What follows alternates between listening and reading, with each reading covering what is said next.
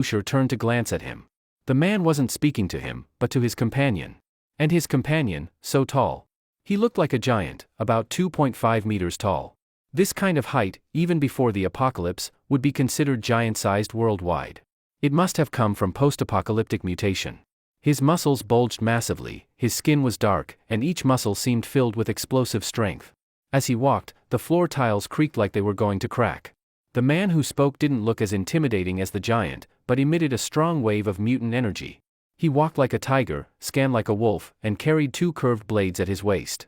One short, one long, only people with real skills dared use such short curved blades as weapons.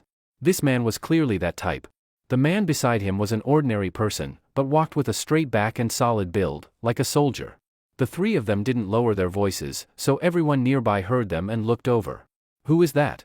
Wants to take on a 500-point high-difficulty task? That's the Red Blade Squad. Oh, so it's them. They're on the points board. No wonder they want to take on tough missions. If they complete this one, they'll jump straight into the top 5. Jiang Lucier heard people discussing. He looked where they did and indeed saw a points board beside the task board. So the numbers after the tasks were points. 5,000 points. Points can be used to buy some restricted items. Points, this must be a reward system the military set up to encourage teams to take tasks. And below this sentence was a list of team names with their current point totals. The team ranked first was Peace Squad, with points 1,700? Jiang Lucier was surprised. Seems points weren't easy to earn. He scanned down the list and found Red Blade Squad. Ranked 20th, at the bottom, with 217 points. Even though they were at the bottom of the rankings, Jiang Lucier didn't look down on them. The tasks listed on the board were all very difficult. Many tasks were only worth 10 or 20 points. Gathering 217 points meant they had risked their lives many times. The military created this points board to motivate teams. As long as a team got on the board, they could buy restricted items and also gain some invisible privileges. For example, no one dared to stand within 2 meters of the Red Blade Squad. That alone was a kind of special treatment. Even within the safe zone, no one wanted to mess with a team like that. Jiang Lucier wasn't interested in most task rewards, but he was very interested in mutant crystal cores. Of course, what interested him most now were level 2 mutant crystal cores. But he didn't find any listed on the task board. He wondered if the restricted items mentioned on the points board included level 2 mutant crystal cores. Forget it, let's trade first. Jiang Lucier looked around, and then heard Zhang Hai shout, "Brother Jiang, over here." While Jiang Lucier had been looking at the task board, the 2 of them had already found the counter for trading goods. When Jiang Lucier walked over, he was stunned for a moment, because the members of the Red Blade Squad had just walked over too.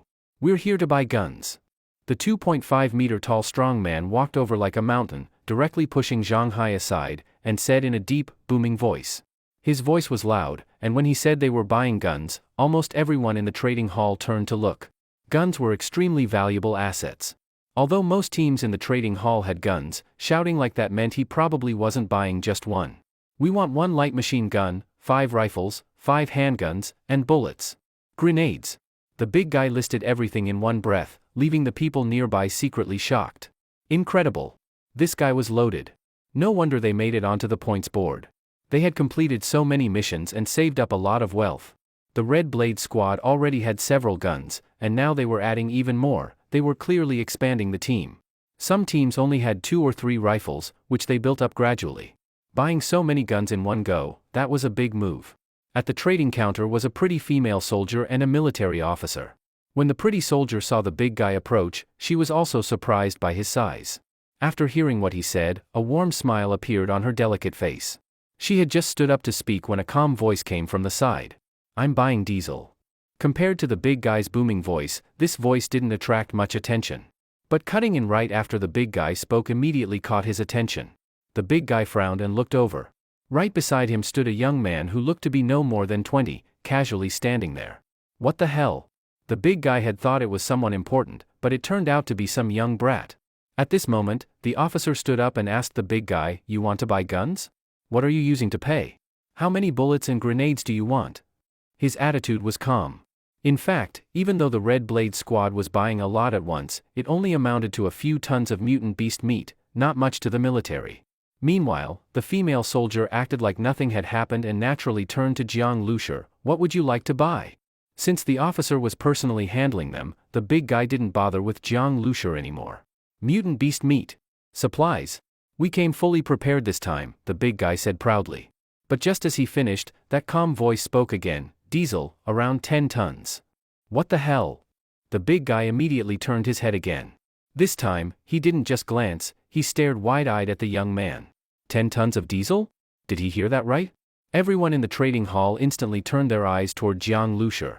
When he interrupted earlier, no one paid him any attention. Some had glanced at him and, seeing he wasn't from a known team, ignored him. Only the big guy had been a little annoyed at being interrupted. The other 2 members of Red Blade Squad hadn't even looked at Jiang Lushur.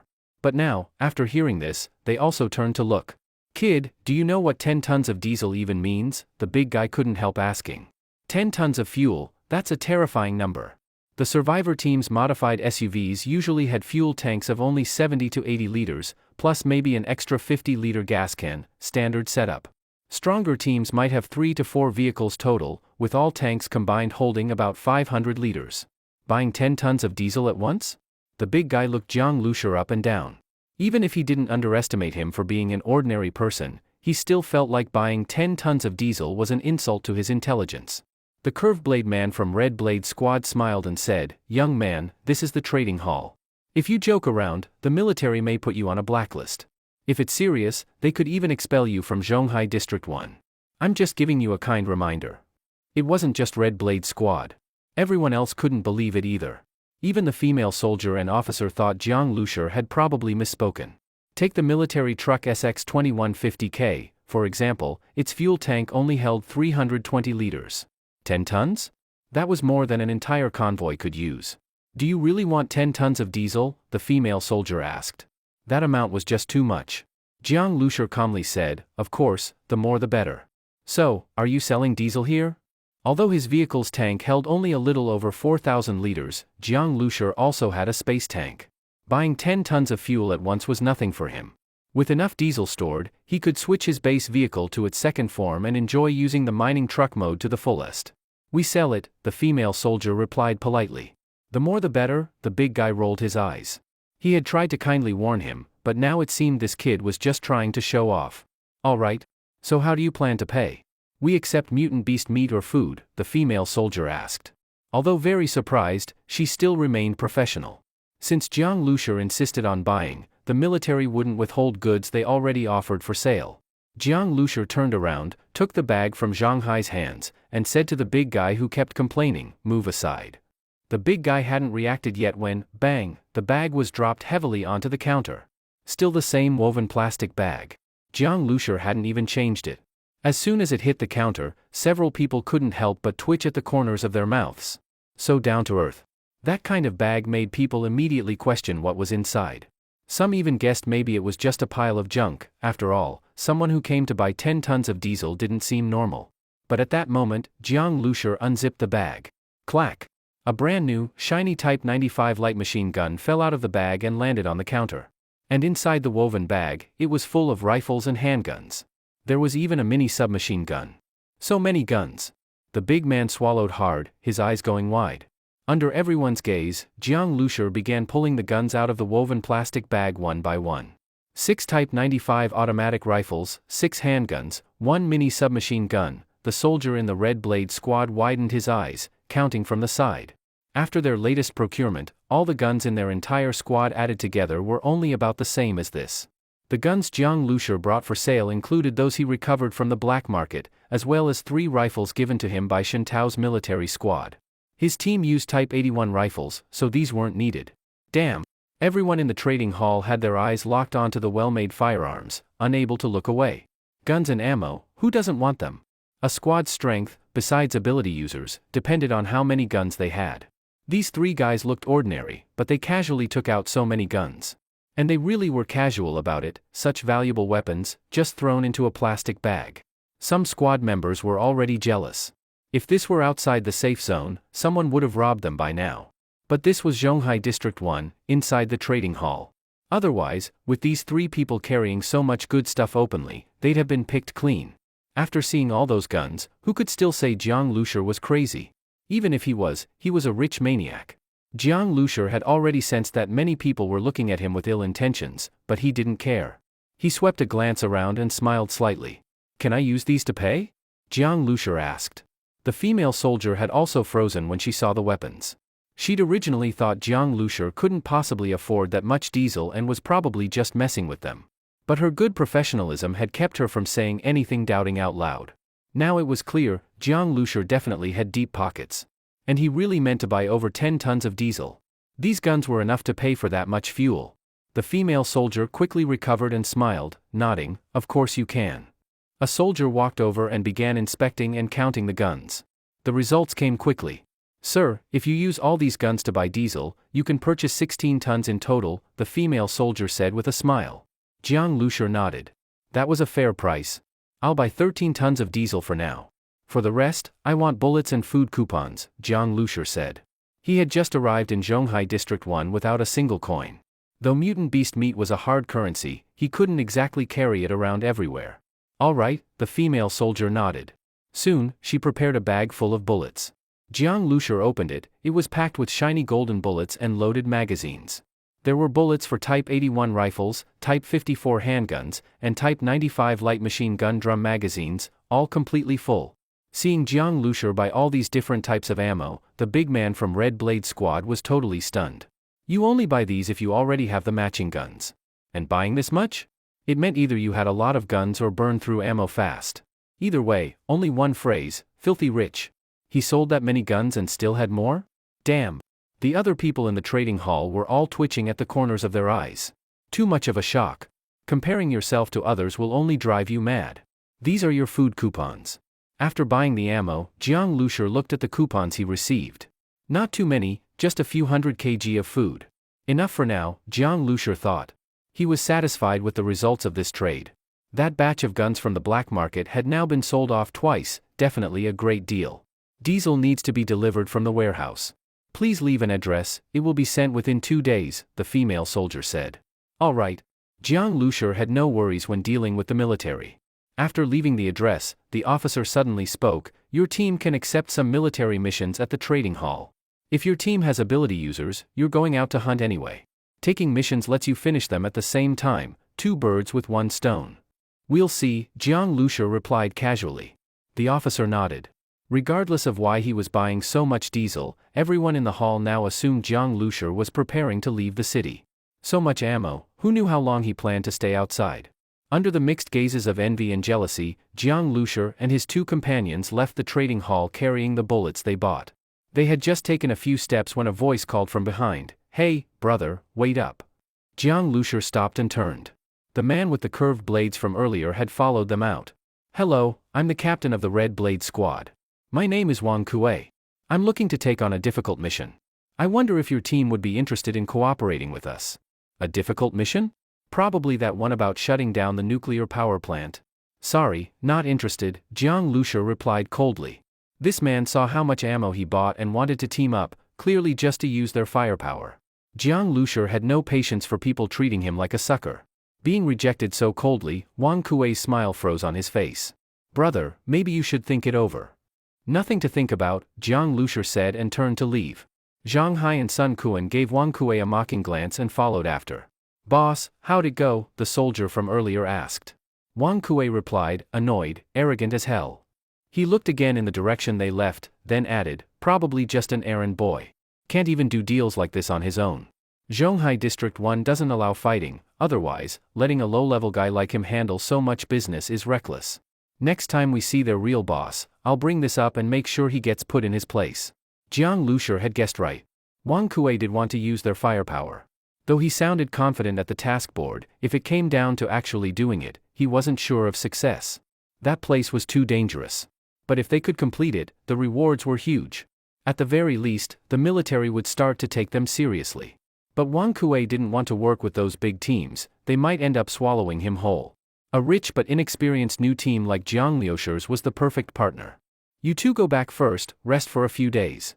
Nearby their residence, Jiang Lushur said to Zhang Hai and Sun Kuan. "Haha, okay. Just yesterday we found a casino. Zhonghai District 1 is something else," Zhang Hai rubbed his hands and said. "A casino? Well, in this apocalypse, survivor squads often had to leave the city to hunt mutant beasts and gather supplies, and take military missions for materials. For those strong ability users it's easier. For ordinary people, none of them could be sure they'd return alive. In such brief safe moments, if not letting loose, you'd probably go crazy. During this time, Zhang Hai and Sun Quan, following Jiang Lushur, had gotten a fair share of mutant beast meat and supplies. Seeing a casino made their hearts itch. You two must already have been, right? Did you lose or win? Jiang Lushur asked. I won a little, Sun Quan lost a bit. How about it, brother Jiang? Want to come play a few rounds with us? Zhang Hai said proudly. You two play slowly, I won't go. I have things to do, Jiang Lushur said. Buying diesel at the trading hall today was an important task done for him. Back at the residence, Jiang Lushur entered the bus and sat in the driver's seat. Once seated on the soft seat and his hands on the steering wheel, he immediately felt a sense of connection. Click. The groove on the control panel popped open. Jiang Lushur took out a level 1 mutant crystal core and placed it inside. Soon, the star seed panel appeared before him, and a voice sounded, Level 1 mutant crystal core detected. Activate the Level 1 space tank for the second form mining truck, Jiang Lushur said. The bus had long since activated its space tank, now he enabled the space tank for the mining truck form too. If he didn't upgrade the fuel tank, when the military delivered so much fuel, he wouldn't know where to store it. Detected required steel for upgrading the space tank, upgrading now. Fuel tank upgrade complete. Storage capacity 10 cubic meters, equipped with automatic fuel retrieval system. Leaning back in the seat, his palm rubbing the steering wheel, Jiang Lushur felt tremendous excitement. Starting from a shabby vehicle to now a base car with 2 forms, his inner heart surged with passion. On Zhonghai Safe Island, it now felt like a city within a city. Compared to the outer Zhonghai District 1, there was a clear divide. People in District 1 couldn't enter Safe Island without permission. This made sense. Inside Safe Island were military and government important facilities, including research institutes. If anyone could enter, it would be chaos. The checkpoint to Safe Island had over 10 armed soldiers and officers standing guard, giving a very strict feeling. After showing Song Feng's communication code, Jiang Lushur entered Safe Island. Once inside, it felt like entering a garden city. The streets were clean and quiet, the greenery well trimmed, flower beds blooming. From a glance, tall buildings stood densely. Just the scenery alone was starkly different from District 1. The riverside garden was near the Safe Island entrance, easy to find. Jiang Lushur walked along the garden's shaded path toward the pool. The pool was built in a small garden, very European style. On the shore were barbecue grills, beach chairs, umbrellas. It wasn't excessively luxurious, but girls in bikinis laughing and chatting gave it a lively vibe. You're a bit late. Li Yusin walked over from the poolside in a white long dress, smiling. Normally her style was casual. Today, though not in a bikini, the simple dress made her look strikingly like a goddess. With her outstanding aura, even among many beautiful girls, she stood out. Miscalculated distance, Jiang Lushur said, glancing at her appreciatively. Actually, he wasn't too interested in the pool party. Arriving late reduced time there. Is that so? Li Yusin's calm, expressive eyes looked at him. Under her gaze, Jiang Lushur felt as if his excuse had been seen through. Ahem, there are a lot of people at this party, Jiang Lushur said. Besides many girls, there were young men in swimwear too. He saw Song Feng by the pool wearing beach shorts and a t-shirt, holding a drink and talking eagerly with several men. Seeing Jiang Lushur arrive, Song Feng only glanced at him and continued talking with those men. Song Feng's network is broad. Probably half the youth on Safe Island were invited by him, Li Yusin said. Judging by her reaction, she wasn't particularly interested in those people. But Jiang Lushur noticed many men kept glancing over, clearly triggered to pay attention when Li Yusin walked over. They were probably her suitors. Come over, have a drink, there's water and soft drinks, Li Yusin said. Just then, an engine sound whoosh came. Immediately everyone by the pool turned their gaze toward the greenery. Huh? Don't they disallow vehicles in Safe Island? Jiang Lushur also looked toward where it came from. In a blink, a domineering camo off-road vehicle drove in along the shaded path. The car was very fast. Only when in front of the garden did it sharply drift and brake, the tires screeching on the ground. It turned out to be a military vehicle, a military off-road vehicle. No wonder it had such privilege. Wow, so cool. A girl not far behind Jiang Lushur exclaimed.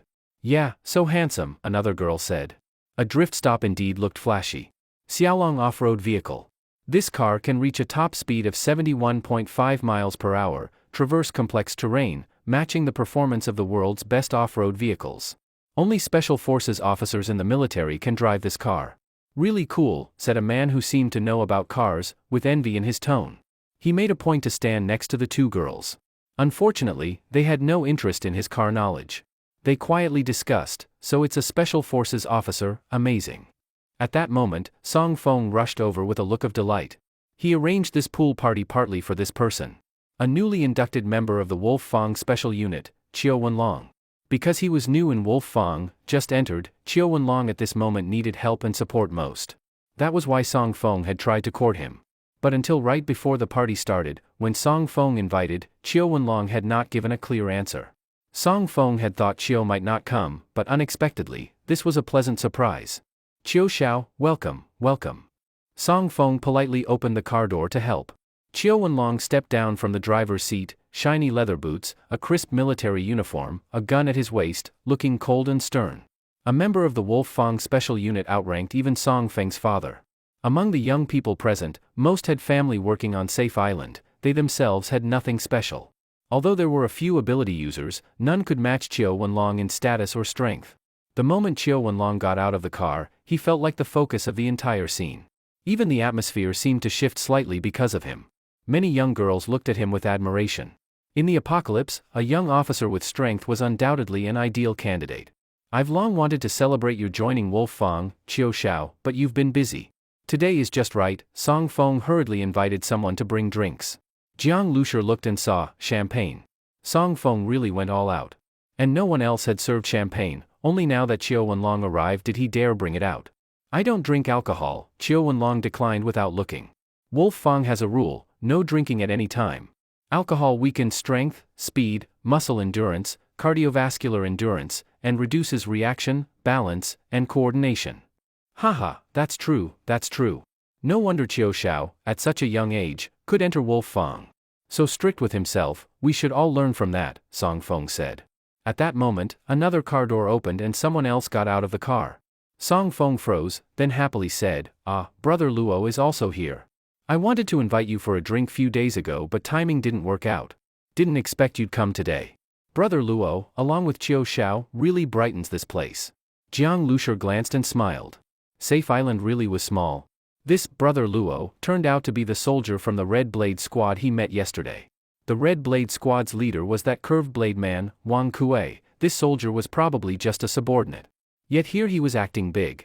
But since he also came from the military, walking beside Qiu Wenlong made sense. Luo Donghai strode down from the car casually. Seeing the pool, green trees, and many bikini girls lounging nearby, his eyes lit up. "How is it, old Luo? The environment here is pretty nice, right?" Qiu Wenlong asked with a smile. Luo Donghai nodded, inhaling through his nose, "Not bad. I can't even smell decay here anymore." "Haha, Brother Luo pleasing is all that matters. Come, Qiu Xiao, Brother Wang, this way please," Song Feng said very politely. But after taking 2 steps, Luo Donghai suddenly stopped. His gaze first stayed on Li Yusen for a moment, then shifted to Jiang Lushi. Jiang Lushi saw Luo Donghai staring at him, but his expression remained calm as he drank his mineral water. Luo Donghai showed a slight cold smile. "Why, Brother Luo know that person?" Song Feng asked. Met him at the trading hall yesterday. Brought 7 or 8 guns, and bought over 10 tons of diesel, Luo Donghai said. "So awesome?" Qiu Wenlong looked at Jiang Lushi in surprise. Song Feng was stunned when he heard that. Him? Bringing out 7 or 8 guns to sell? Wasn't he just a refugee newly arrived in Zhonghai District 1? Then Song Feng's expression turned sour. No wonder Jiang Lushi refused the job introduction. So at that time, when he offered to help, Jiang Lushi was treating him like a fool? But Song Feng still couldn't believe it. "I know some about this guy. His name is Jiang Lushi. He just arrived in Zhonghai District 1 a couple of days ago. First thing he did was look for a former female classmate, the girl. Probably thinking she'd be soft-hearted and trying to lean on her resources. Does he really have that many guns? Who said they're his? He's just a runner," Luo Donghai said. "So you're saying he followed that girl here? I thought he followed his boss. Damn it. Earlier Wang wanted him to go talk to his team leader about cooperating on a mission. He rejected it outright. And acting arrogant too." Luo Donghai did not expect to run into Jiang Lushi again so soon. Song Feng immediately rolled his eyes in irritation. "Damn, I was right. Just a runner, acting all high and mighty. A runner thinking he's some hotshot? Anyone dare be arrogant to the leader? That's bold. I'll go ask what's going on, Qiu Wenlong said. You're Jiang Lushi? Qiu Wenlong walked directly over, asking. He couldn't help glancing at Li Yusin. Her looks and temperament were outstanding. Probably Jiang Lushi wasn't trying to leech off someone, but thought he could act big and flirt. That's me. Jiang Lushi glanced at him and responded.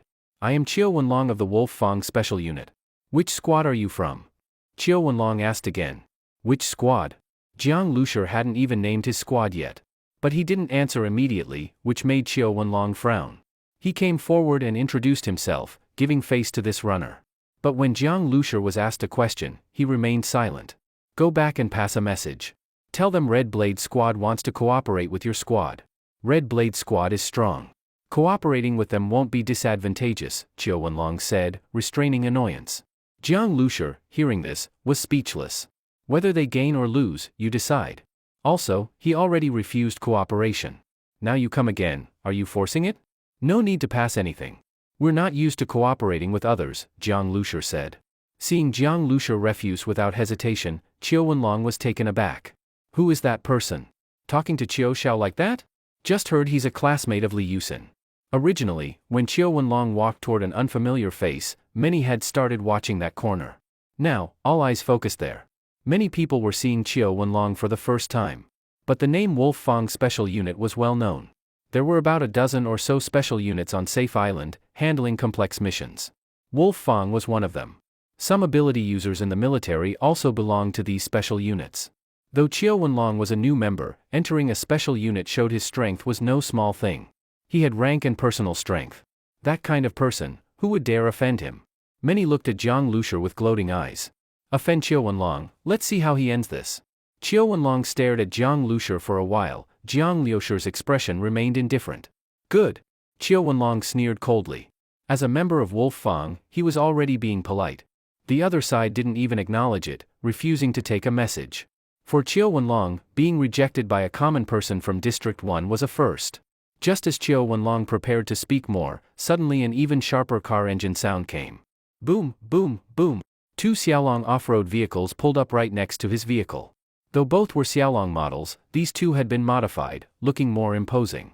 Parked beside his car, it looked like the deluxe version next to a base model. When Qiu Wenlong saw the two vehicles, his face changed. He no longer bothered with Jiang Lushi, glaring fiercely at him instead.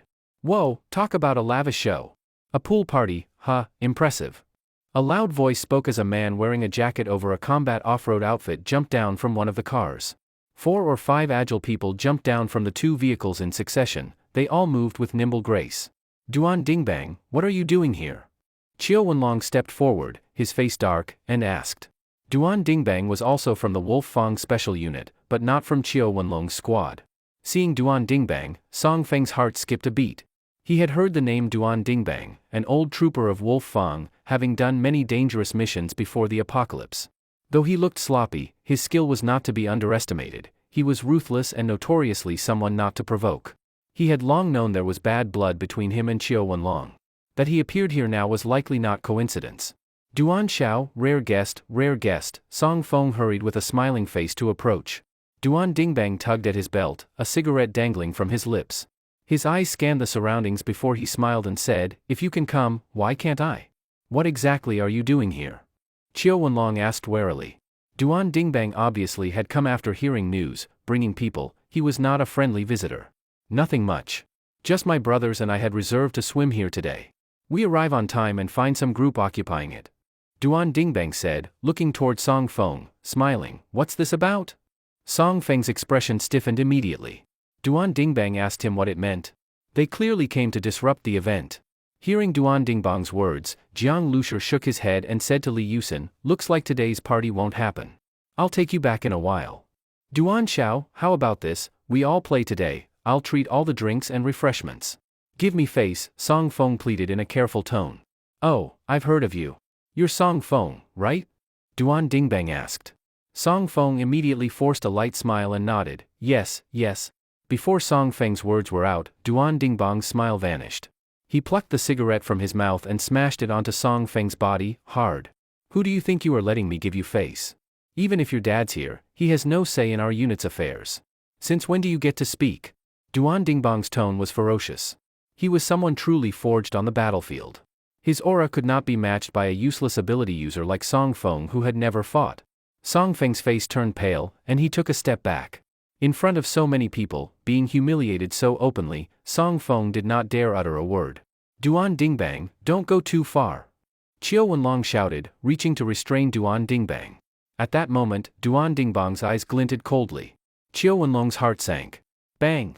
Duan Dingbang rooted his footing like a rock and body-checked Qiu Wenlong, like a heavy plank hitting him.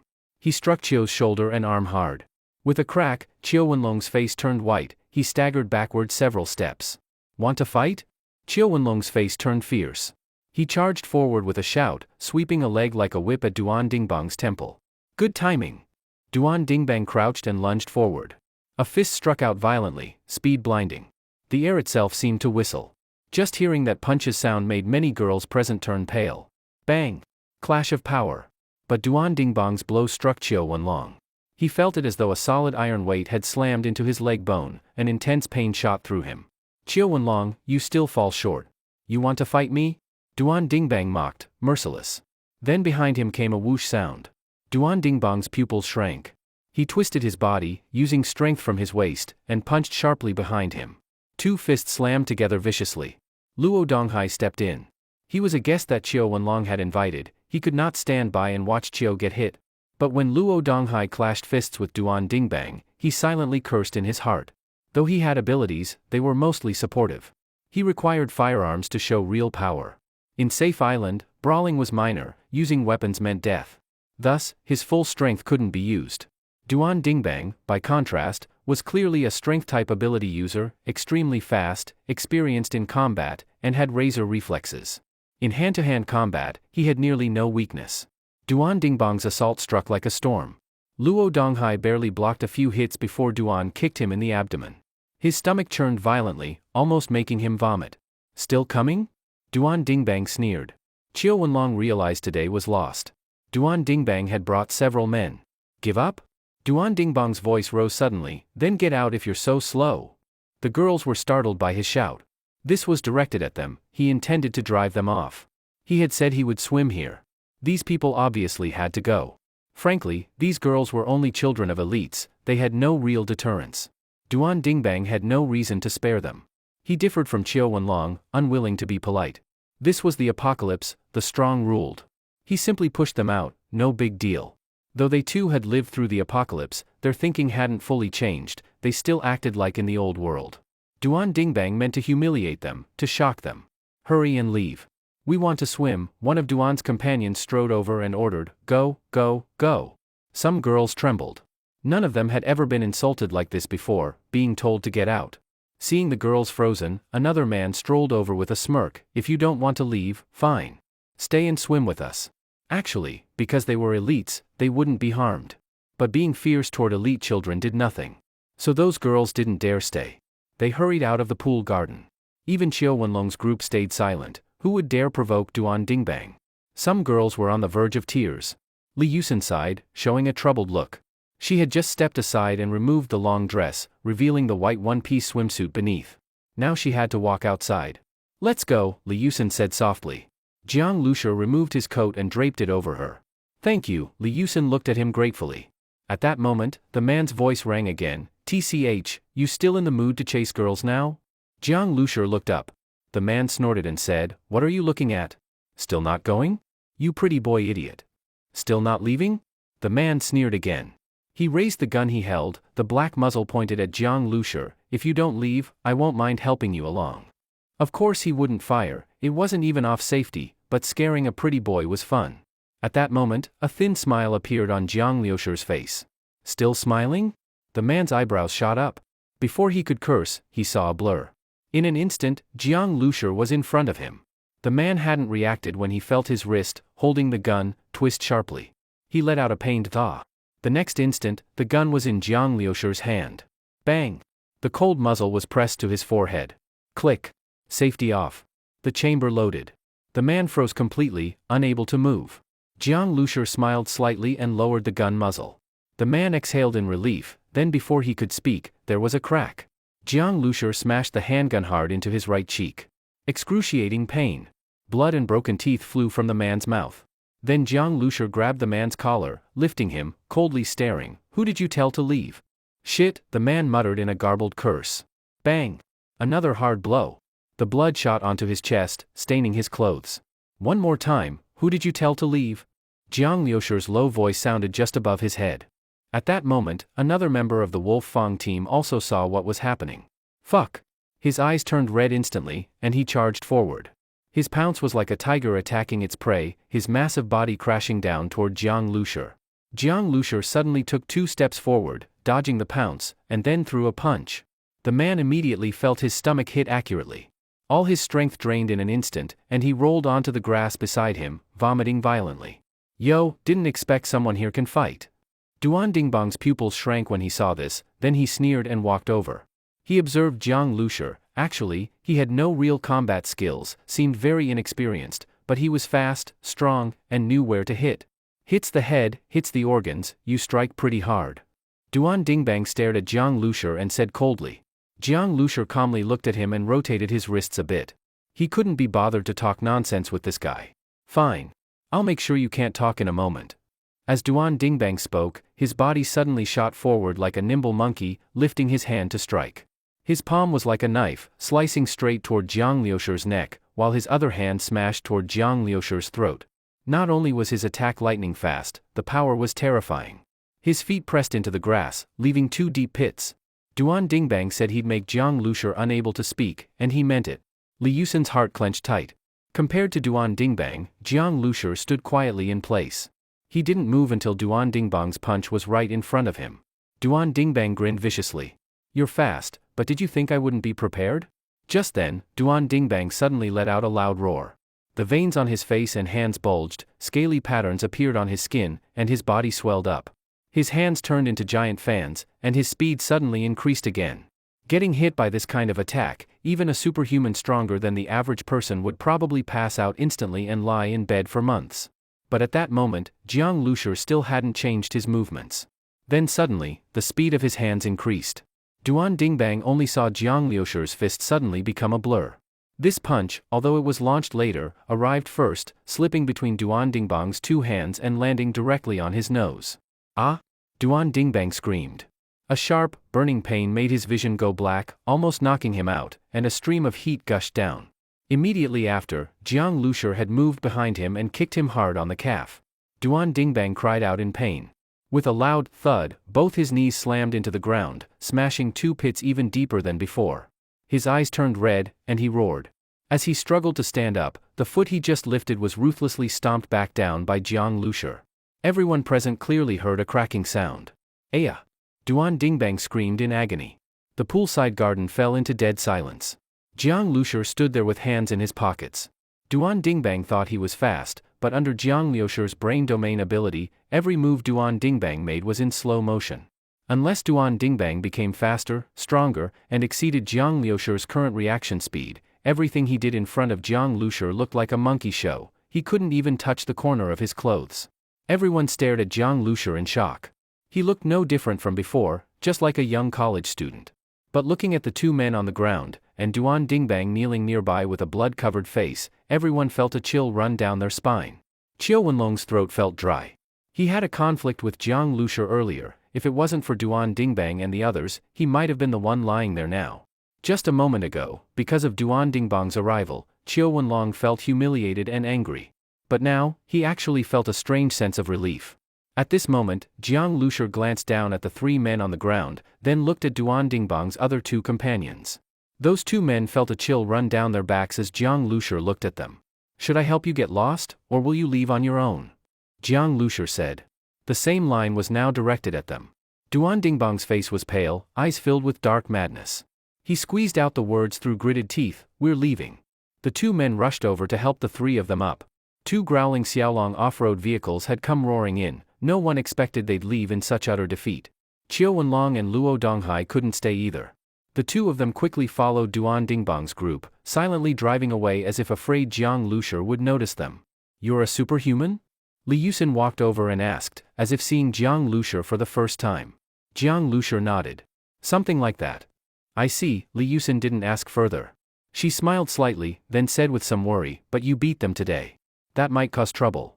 I'm not worried they'll call the military, they started it. But privately, they might seek revenge. You need to be careful. Jiang Lushur smiled indifferently. It's fine. He only gave them a light lesson today. If they dare to retaliate in secret, then. I'm heading back, Jiang Lushur said. The garden's lawn was dotted with bloodstains, no one would be in the mood to continue the party. Li Yusin nodded. Okay, see you next time. Jiang Lushur walked down the road, thinking back on the feeling during the fight. Today was his first time fighting others purely with physical strength, and against well-trained soldiers at that. Though he completely overpowered the three with his agility, brain evolution, and powerful bloodline, he realized he had no real combat skills. If he were skilled in martial arts, one punch per person would have been enough to put them in bed for weeks, maybe even cause permanent damage. Still, even without technique, Duan Dingbang's broken nose probably left a lasting mark. Yusin, was that guy your classmate just now? The incident had passed, but Wang Shiqi still looked shaken, mostly shocked. Yeah. Li Yusin nodded, then suddenly paused. She looked down at the coat on her shoulders. Ah, I forgot to return his jacket. Jiang Lushur walked while recalling and mentally simulating even faster attack methods, occasionally stopping to gesture a few moves. He felt that what he lacked wasn't just combat experience, but also familiarity with his body after activating the bloodline of blood evolution. Before, Jiang Lushur had a rough idea of how much force to use for different things, knew his sprint speed, long-distance running results, and how many push-ups he could do.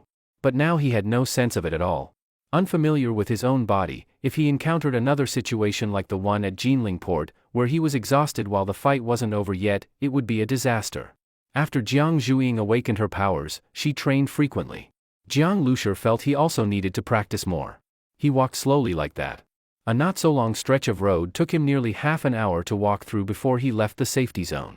Just as Jiang Lushur arrived at the entrance of the community, his steps suddenly paused. What's going on?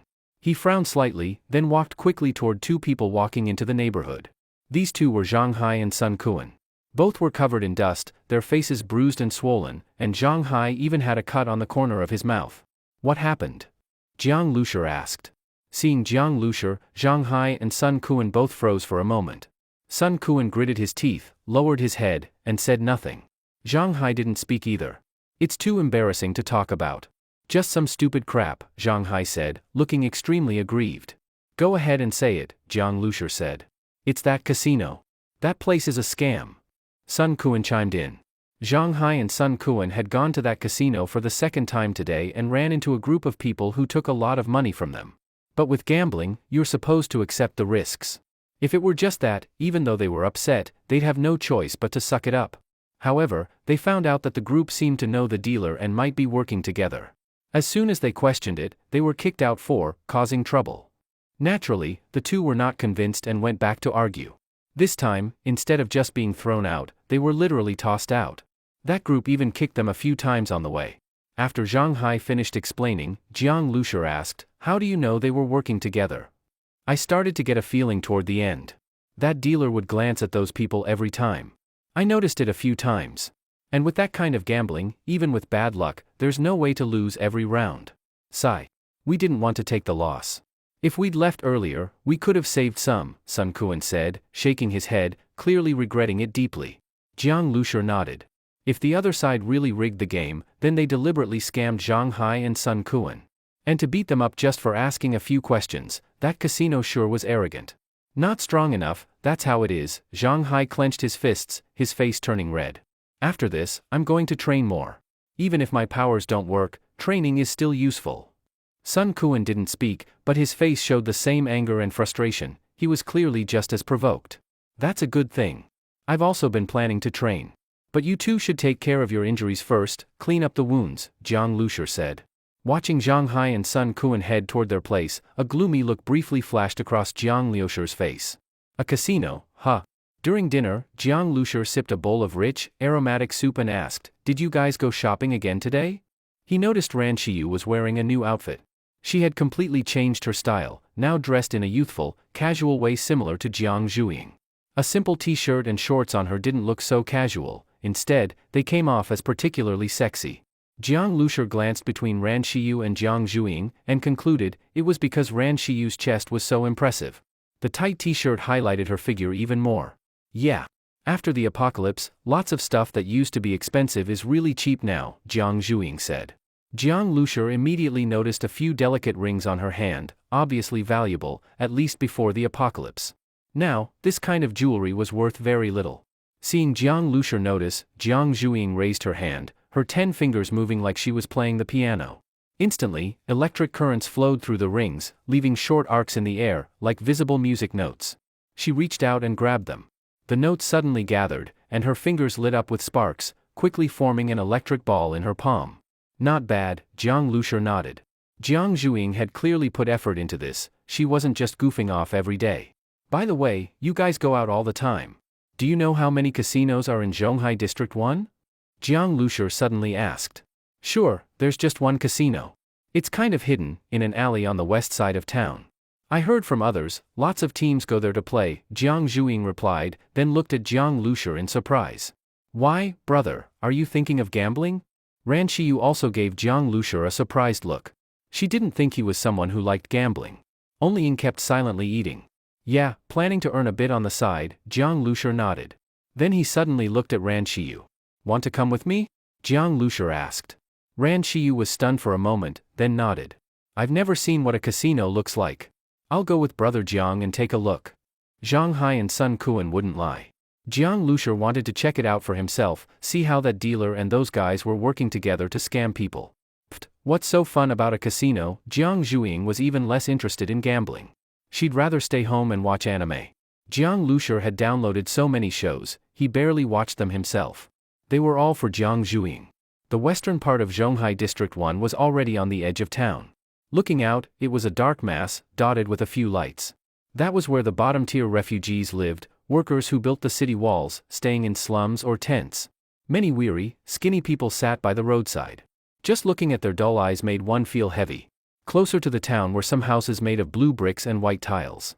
Compared to the nearby slums, these homes were like a completely different world. When Jiang Lushur and Ran Shiyu arrived, one of the biggest houses was already brightly lit. This was the only casino in Zhonghai District 1. As soon as they entered, 2 rows of girls in cheongsams and black stockings bowed neatly and said, "Welcome." One of the girls stepped forward with a warm smile and a sweet voice. "Is this your first time here?" Jiang Lushur looked at her. She seemed just over 20, with a clean, pretty face and a student-like vibe. Though dressed maturely, she still gave off a pure feeling. They had just stepped inside, yet she already knew they were first-time visitors. Could it be that she remembered every guest? "Handsome men and beautiful women like you too, I'd definitely remember if I had seen you before. That's why I asked," the girl said, smiling proactively again. She wasn't very old but was clearly good at talking. "What kind of games do you have here?" Jiang Lushur saw several tables in the hall, all surrounded by people. Many had a cheongsam girl beside them, likely a one-on-one service. He assumed this girl would follow him, so he asked while walking inside. Jiang Lushur noticed that in the 4 corners of the casino stood 3 or 4 strong men, constantly watching the situation inside. These men wore identical black suits, with their guns intentionally shown at the waist, clearly security guards. At this moment, Ran Shiyu's voice suddenly sounded in Jiang Lushur's mind. "There's someone here like me." "Like you?" Sitting beside a small table on the left. "That's also a psychic ability user," Ran Shiyu continued. As Jiang Lushur walked further in, he looked around and casually glanced in the direction Ran Shiyu mentioned. It was a man with heavy dark circles, skinny and huddled in an inconspicuous corner, head lowered, looking at his phone. If Ran Shiyu hadn't pointed it out, Jiang Lushur wouldn't have noticed him. "He should have the same mental vision as me and is monitoring this place," Ran Shiyu said. "How do you know?" Jiang Lushur asked. "I felt like I was being watched the moment I came in," Ran Shiyu said. Jiang Lushur thought for a moment and then asked the female receptionist, "Are there any rules in the casino?" "Yes. One is that using abilities is not allowed. There are signs on every table. If you're caught, you'll be asked to leave. Also, the casino doesn't provide chips, you can just use food coupons or supplies directly," the girl replied. Jiang Lushur nodded, then said mentally, "He's probably monitoring ability users. But I feel like his mental power isn't as strong as mine," Ran Shiyu said. Jiang Lushur nodded and paid a little more attention to that person. "Sir and Miss, in our casino we mainly play blackjack, Texas Hold'em, baccarat, and big/small, these are the mainstream games. Which one do you prefer?" the girl continued to ask. "I don't know how to play cards," Jiang Lushur said. "So this is your first time playing then?" You can try big/small, the girl smiled sweetly. Big/small was dice throwing. Jiang Lushur looked at the big/small table. It was packed with gamblers yelling big, big, big, or small. Must be small. Their faces flushed, even their veins bulging. Seeing that Jiang Lushur didn't seem very interested in big/small, the girl smiled again and said, then maybe you can try. What's the fastest game for winning or losing here? Jiang Lushur interrupted and asked. The girl paused for a moment. Just then, a woman in business attire with black stockings and high heels, looking like a white-collar worker, walked over and said, is this gentleman looking for something more exciting? Jiang Lushur glanced at her and didn't speak but casually touched his bulging pocket. The white-collar woman immediately gave a knowing smile. Hello sir, I'm the floor manager here. My name is Chi. If this is your first time at a place like this and you want to have fun, then 3 cards is a good choice. Alright, take me there, Jiang Lushur nodded. This way, please, Chi said warmly, then turned and gave the girl a glare. A young man like this, bringing along such a beautiful and elegant woman, clearly came to show off his wealth. Yet this girl had recommended big/small. The casino loves people like Jiang Lushur, fresh meat, with no experience, bringing along a high-class female companion. He's bound to spend big to avoid embarrassment in front of a beauty. Chi enthusiastically brought Jiang Lushur to a long table. There weren't many people playing 3 cards. 4 or 5 people sat at the long table, and a dealer stood there. When Jiang Lushur and Ran Shiyu arrived, the others were mid-game. Jiang Lushur watched for a while and roughly understood the rules. 3 cards was just another name for what most people call golden flower, Jia Jin Hua. Have you played cards before? Jiang Lushur asked Ran Shiyu. Ran Shiyu shook her head. No. What about you, brother Jiang? I've played landlord. But this doesn't matter if you don't know how. If we win money later, I'll buy you whatever you want, Jiang Lushur said. Ran Shiyu couldn't help but smile, not expecting Jiang Lushur to be so into character. But in Chi's eyes, she couldn't help but show a knowing smile. She had seen many like him. Before the apocalypse, she was the floor manager at a nightclub. She had met plenty of nouveau riche and spoiled second-generation kids, just like this young man. At the 3 cards table, bets kept increasing, and soon food coupons were piled like a small mountain. Chi glanced at Jiang Lushur and saw his eyes light up, obviously already hooked. Damn it, lost again.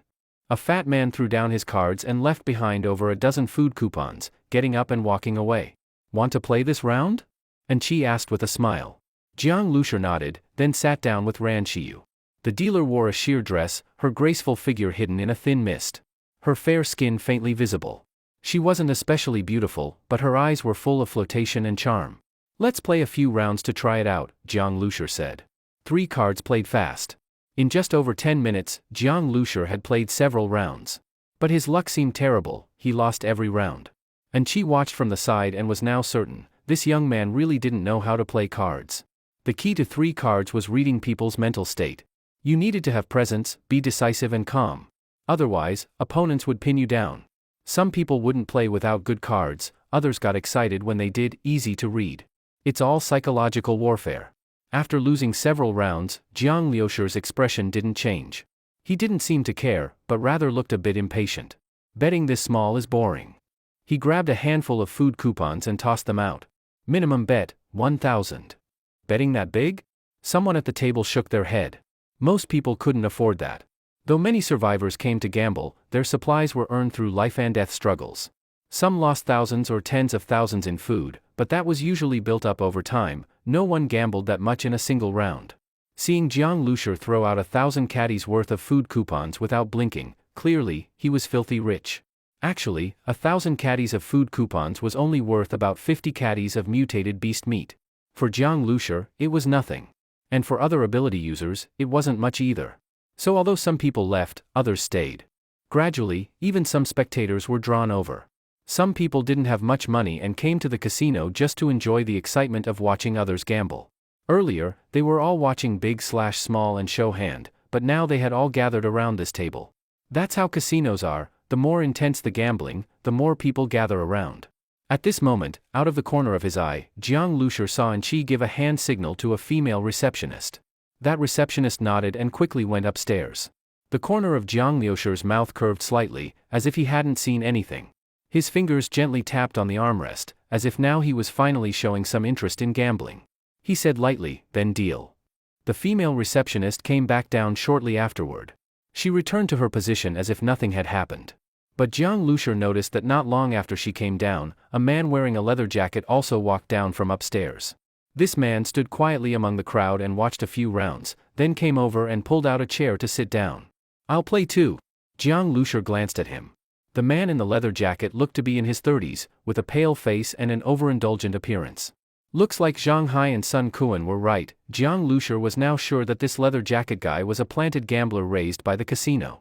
The purpose of running a casino is profit. Nothing is faster than winning money. Many casinos used to have fake gamblers. The only question was, how would this leather jacket make him lose more money? Once he joined, the game continued. He placed large bets, and soon, the rounds call had reached 3,000. The food coupons on the table already amounted to about 1 ton of mutated beast meat. 1 ton of mutated beast meat wasn't small change, even ability users would feel the sting. Seeing Jiang Lushur and the others betting bigger and bigger, even the spectators around them were gasping. Damn, this was the world of the rich. In just a few minutes, the win or loss of a ton of mutated beast meat, this was way too intense. The man in the leather jacket glanced at Jiang Lushur, then looked down at his cards, then raised his head and threw out the food coupons, saying in a low voice, 4,000. He actually raised again. The betting was already this high, and he still raised. The man leaned back in his chair, crossed his legs, and looked relaxed, as if he was sure of winning. Jiang Lushur's fingers tapped lightly on the table. Just then, Ran Shiyu's voice rang out in his mind, "He's bluffing." Jiang Lushur glanced at the psychic who was monitoring. "It's fine, he can't detect me. His mental power isn't strong enough," Ran Shiyu said. "You said that before, but I didn't expect that after you surpassed him in psychic ability, he couldn't sense you at all," Jiang Lushur said. Then he asked in surprise, "Can you tell what he's thinking?" "No, just his emotions. I had this ability before, but now I can sense emotions more accurately and intensely, so I'm sure of it," Ran Shiyu said. "I see." Jiang Lushur looked at the leather jacket guy. As expected of a veteran gambler, he was flawless in psychological warfare. His most convincing aspect wasn't his expression, but the unintentional gleam in his eyes, filled with suppressed excitement, as if he was about to win all the food coupons. Even experienced gamblers would probably be fooled by him. Sure enough, another man stared at him for a long time, then tossed his cards with a dark face and said, "I fold." His lips twitched in pain, he'd lost badly this round. Then it was Jiang Lushur's turn. He remained expressionless, 5,000. Fuck. Now everyone's eyes widened, he raised again. "I'm out." Another player really couldn't keep up. He didn't have that many food coupons unless he bet his gun. But a gun was a life-saving tool, no one would bet that. The man in the leather jacket suddenly sat up straight. His gaze toward Jiang Lushur finally became unsettled. He now had 3 options: follow, show cards, or fold. He knew his cards. They weren't good, just a lousy hand. But 3 cards was all about psychological warfare. Now it looked like Jiang Lushur had stronger nerves than him, at least enough to make him hesitate. Mainly, the stakes were too high. The man slapped his thigh and thought for a while before saying, "Raise. 1 ton of mutated beast meat." Holy shit. Everyone thought the game was finally ending, but he raised again. Jiang Lushur lifted his eyes to look at him. Ran Shiyu had already told him this guy was bluffing, just playing mind games. But now, with the stakes this high, he dared to raise? Strange, he's suddenly full of confidence again. "Brother Jiang, he thinks he's going to win," Ran Shiyu suddenly said. Jiang Lushur looked at the man. He had been bluffing earlier, now he seemed sure of victory? Jiang Lushur looked at his hand resting on the table. His index finger tapped steadily, eyes calm, he was clearly confident. And this time, it wasn't an act. To win against me now, is he going to cheat? Jiang Lushur thought, a trace of a smile in his eyes. He pulled something out of his pocket and placed it in front of him, then pushed it into the center of the long table. "I raise, 1 level, 1 mutated crystal core." A mutated crystal core. Seeing the crystal clear core, everyone was speechless. Betting a crystal core on the table, this was pure madness. No wonder people before the apocalypse could gamble away their fortunes, even destroy their families. Even the leather jacket man's brow twitched. A mutated crystal core? He looked at Jiang Lushur. Pulling out a core like that wasn't just psychological warfare. Jiang Lushur's hand must be really good, why else would he be so confident? But no matter how good, it can't beat mine. The man's hand still lightly patted his thigh. He was just an ordinary person, but what made him strong was that he was an excellent cheat. Even with enhanced senses and eyes, many ability users couldn't catch his sleight of hand. To be safe, the man never played continuously. After a few games, he'd rest for days. He'd been playing the last few days, planning to take today off, until he heard about a rich newbie showing up.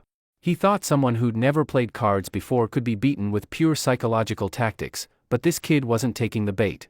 To be honest, he never cared what cards he actually had, because he could always get the best hand. The stakes were huge now. He decided to end it here. 2 mutated crystal cores. Show cards. He slapped the table and stood up. Everyone stared. He actually had 2 mutated crystal cores too? Damn, they were all filthy rich. A slight smile appeared on Jiang Liusher's lips. He had already activated his brain domain. The brain domain evolved from the star seed wasn't an ability, so that psychic couldn't detect it. Jiang Liusher had been watching closely. This man had never touched his cards, meaning they hadn't been swapped yet. But the moment he slapped the table and stood up, both hands landed on the table. If he was going to cheat, this was his last chance. Swapping cards during the reveal was the hardest moment to catch, because everyone's attention was tense. Nice try, but Jiang Liusher pulled off a button from his sleeve and flicked it. Like a bullet, it hit the man's knee precisely. Ah? The leather jacket man grunted, his body recoiling, knocking over the chair and bending over. With his body ruined by wine and women, the pain was unbearable, not to mention standing, he could barely remain upright. But no one knew what happened. Everyone thought he was just too excited. And at that moment, no one was watching him, they were all focused on the cards. Jiang Liusher looked at the dealer. Show the cards. The man gritted his teeth through the pain and shouted, no. Weren't you the one who said to show? What, can't handle it now? Jiang Liusher asked coldly. Then he sharply said to the dealer, what are you waiting for? Show the cards. A chill in his eyes made the dealer shiver. She reached out to flip the man's cards. No. Amid his screams, the dealer revealed them. 2-9-J. A terrible hand. Everyone was stunned. Such a lousy hand, and he bet that much? The man staggered, his face pale. It's over. At that moment, Jiang Liusher tossed out his cards too. All eyes snapped to look. A pair of 3s and a 7. Just a tiny pair? Everyone was speechless. A game with such high stakes, both had such small hands? So fucking intense. Someone who had folded earlier almost coughed up blood. His hand was much better than Jiang Liusher's. Damn it, who would have thought someone would go all in with a pair of 3s? But the one who really wanted to puke blood was the leather jacket man. He had prepped a trio, 3 identical cards, the highest hand. It would have crushed whatever Jiang Liusher had. But at the key moment to swap cards, he failed. Jiang Liusher stood up. He looked at the man, the stunned dealer, and the frozen Enchi, smiling, thanks for the game. But just as Jiang Liusher was about to collect all the food coupons and crystal cores on the table, the leather jacket man suddenly shouted, you cheated. Jiang Liusher's movement stopped. He looked at the man. The man screamed, you cheated. And you hit me. You broke my fucking knee. Of course, his knee wasn't broken, but now, the more pitiful he sounded, the better. A cold smile appeared on Jiang Liusher's face. As soon as he heard the man throwing a tantrum, he caught a glimpse of the security guards walking over. What's going on? The guards pushed through the crowd and asked in a fake official tone. Jiang Liusher didn't respond, he just smiled and watched them talk to the man. Soon, a man who looked like the head of security came over and said to Jiang Liusher, a guest is accusing you of cheating. Please come with us. If there's no issue after we check, we'll apologize to you. This young lady too. Jiang Liusher glanced at him. These guards had surrounded him and ran Shiyu while walking over. Come with them? Heh, they probably wanted to beat them up instead. Lose too much, don't want to pay up. What if I don't want to go? Jiang Liusher asked. He's feeling guilty. Otherwise, why won't he agree to an inspection? Cheating in a casino, according to the rules, his hand should be chopped off. When the man in the leather jacket heard this, he immediately shouted loudly as if he had caught Jiang Liusher's weakness. The leather jacket man's behavior was somewhat crazy.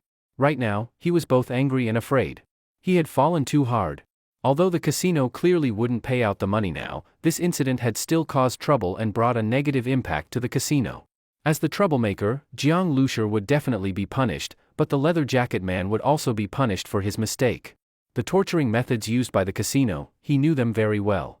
Thinking of this, he hated Jiang Liusher even more. Soon, he decided, he would personally beat Jiang Liusher up badly to vent his anger. As he thought this, his expression became more twisted. Then he saw Jiang Liusher turn his head and look at him with a faint smile. What are you looking at? What, are you going to hit me in front of everyone here? Before he finished speaking, he saw Jiang Liusher's figure suddenly rush forward, and then a shoe sole suddenly filled his vision. Ah? With a scream, the rest of his words were stomped straight back into his throat. Jiang Lushur stepped on his face, pressing him hard to the ground. So what if I hit you? With a dulled bang, the leather jacket man's head seemed to sink into the floor. The back of his skull hit the ground with a thud, and the sound made everyone present feel their own scalps turn cold. The leather jacket man's whole body trembled, his hands and feet twitching violently. Jiang Lushur's movement was too fast. Even the nearby security guards, including the captain, couldn't react in time to stop him. When Jiang Lushur lifted his foot, many people secretly gasped. That kick was vicious. He had stomped the man's nose into a mess of flesh, and all his front teeth were broken. Blood and tears mixed together on his face, and the man kept screaming miserably, like a pig being slaughtered. After lifting his foot, Jiang Lushur showed no sign of stopping. He raised his leg again and stomped toward the man's knee. "Stop!" several security guards shouted, rushing forward. But Jiang Lushur ignored them. "Ah!" The leather jacket man's screams grew even shriller, his whole body trembling.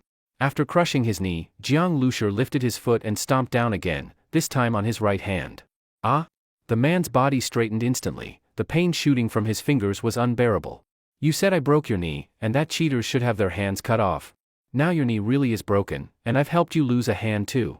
Jiang Lushur sneered coldly. This man's current fate was entirely his own doing. Now, the eyes of everyone around were filled with shock as they looked at Jiang Lushur. When Jiang Lushur first stomped on his face, that was one thing. But to completely ignore the casino guards and still move faster, crippling one hand and one leg of the man in the leather jacket, that was terrifying. "You dare make trouble in our casino?" the head security guard said darkly when he saw the man's broken hand. He knew exactly who this leather jacket guy was. Though he was just an ordinary person, his top-level cheating skills made him an important figure in the casino. Before the apocalypse, this man had partnered with others in underground casinos, driving people to suicide by cheating. After the apocalypse, he had lived in the slums, later coming to this casino to volunteer himself, where he immediately fit in and returned to his old trade.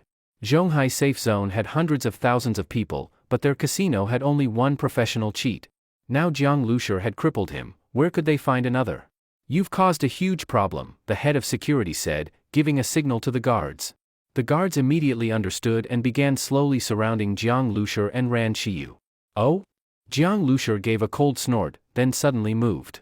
There were still many spectators around, and the guards had to push through the crowd. But Jiang Lushur moved freely among them. As the guards swung their weapons, machetes, iron bars, at him, under his activated brain domain, their attacks hit only themselves. In less than a minute, the casino floor was covered with people lying on the ground, groaning in pain. Jiang Lushur grabbed a steel pipe from one of the guards and hit each of them once more for good measure.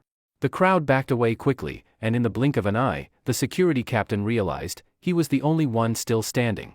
At this point, Jiang Lushur shook the steel pipe in his hand and looked at him with a faint smile. "What did you just say I've caused?" "You," the captain swallowed hard. He was actually an ability user himself, but if he were truly strong, he wouldn't be working as a guard here. He knew he couldn't beat Jiang Lushur. He glanced toward the psychic who was monitoring things. That man had already stopped playing with his phone and was staring in shock. When the captain looked at him, he shook his head. He hadn't sensed any energy waves from Jiang Lushur at all. The captain was inwardly panicking.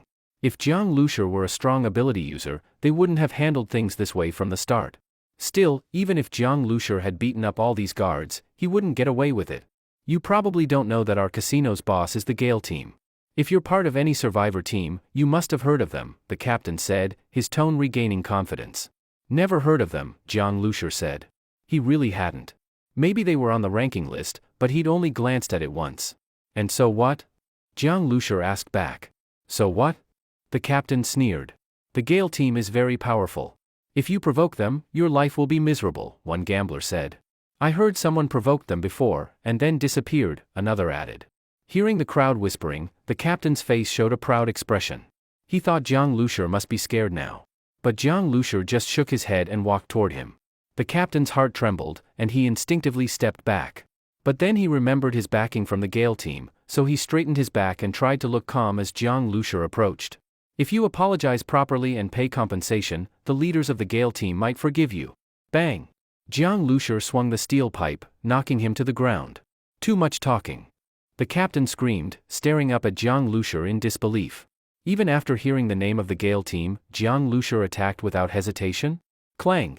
Jiang Lushur tossed the steel pipe aside, took Ran Shiyu with him, and walked out of the casino. Everyone inside stayed silent, watching them pass. And Chi's face turned pale. As soon as Jiang Lushur came near, she lowered her head quickly, afraid to be noticed. Just as Jiang Lushur stepped out of the casino door, he suddenly felt a surge of danger. A flash of cold light, like a silent viper, struck from behind. The blade was so fast that even passers-by didn't notice. Bang! A thin man looked in shock at the sudden appearance of the cold, beautiful woman. With his strength, he had been sure that attacking Jiang Lushur would succeed easily. His strike should have killed Jiang Lushur before he even realized what was happening. But unexpectedly, this woman appeared, kicking his wrist and sending his dagger flying. His wrist was still numb. This cold beauty was incredibly strong. Right after kicking the dagger away, she attacked again without hesitation. The thin man stepped back quickly, glancing deeply at Jiang Lushur, who had now turned around. Don't think it's just our team. No matter who you are, you've offended someone you can't afford to offend. As he spoke, he suddenly grabbed a passing refugee and shoved him hard toward Ing. When Ing quickly dodged around the refugee, the thin man's figure had already vanished into the crowd. No need to chase him, Jiang Lushur called to Ing. This slum area was densely populated and complex. Hiding one person here was too easy. Searching would take forever. Anyway, I don't need to find him, they'll come for me again. That assassin must have been from the Gale team, Jiang Lushur said calmly. He had come to the casino prepared. Ing had been waiting outside, ready to back him up at any moment. He hadn't needed help inside, but outside, an ambush had been waiting.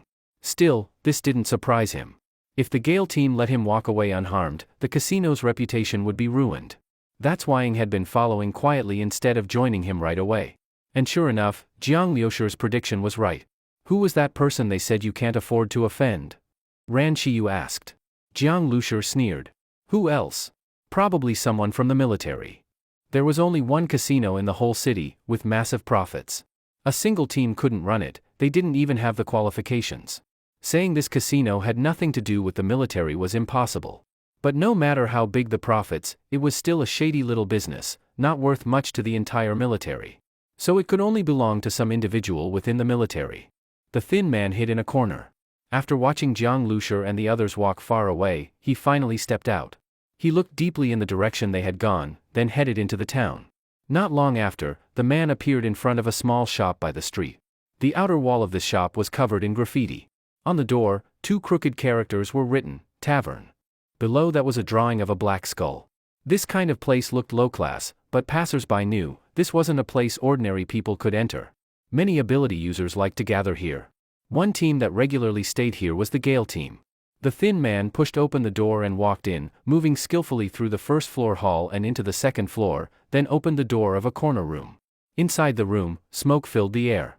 A few men were sitting together playing poker, with women accompanying them. These men were laughing and cursing while playing cards, and fondling the women next to them.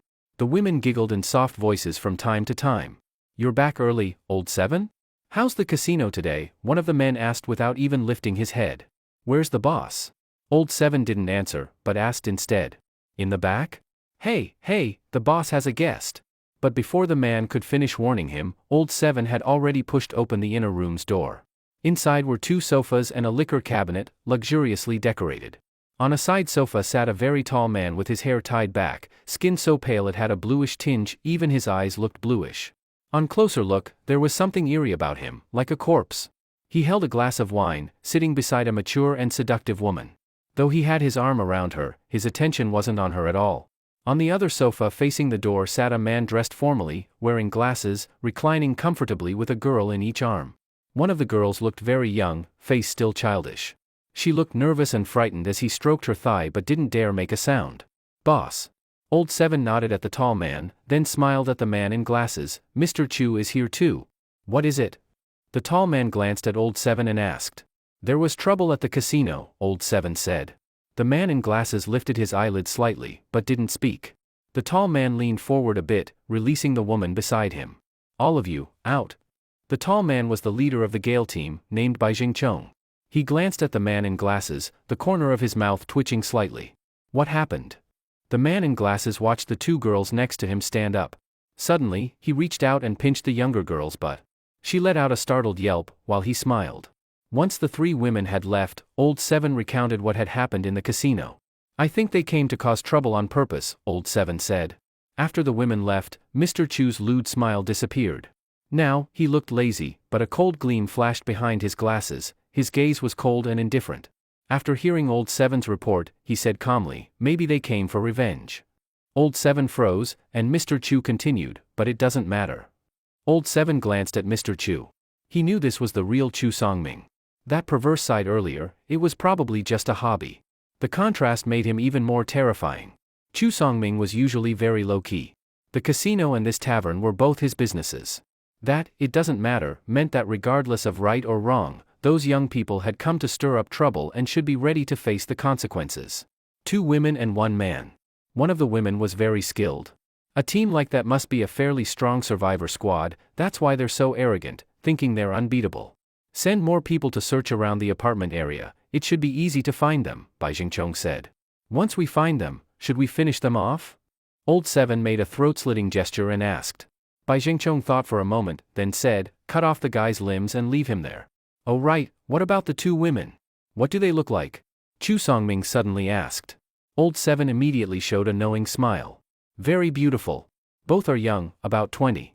One looks very elegant, like a noble lady, and she's an ability user. The other has an amazing figure, that's the one who fights well. Bai Zhengchong chuckled. Such pretty girls, what a waste to kill them. Bring them back. He glanced at Chu Songming, a sinister grin forming on his pale face. The tougher the girl, the more fun she is to play with. They can endure more. Not like those ones last time, died too quickly, boring. You've got to play them hard for a few days, really enjoy it. Chu Songming smiled faintly. Sounds good. Bai Zhengchong grinned. He knew what Mr. Chu liked. Several of the women who had served him had died from abuse. The women in this tavern were all terrified of being assigned to him.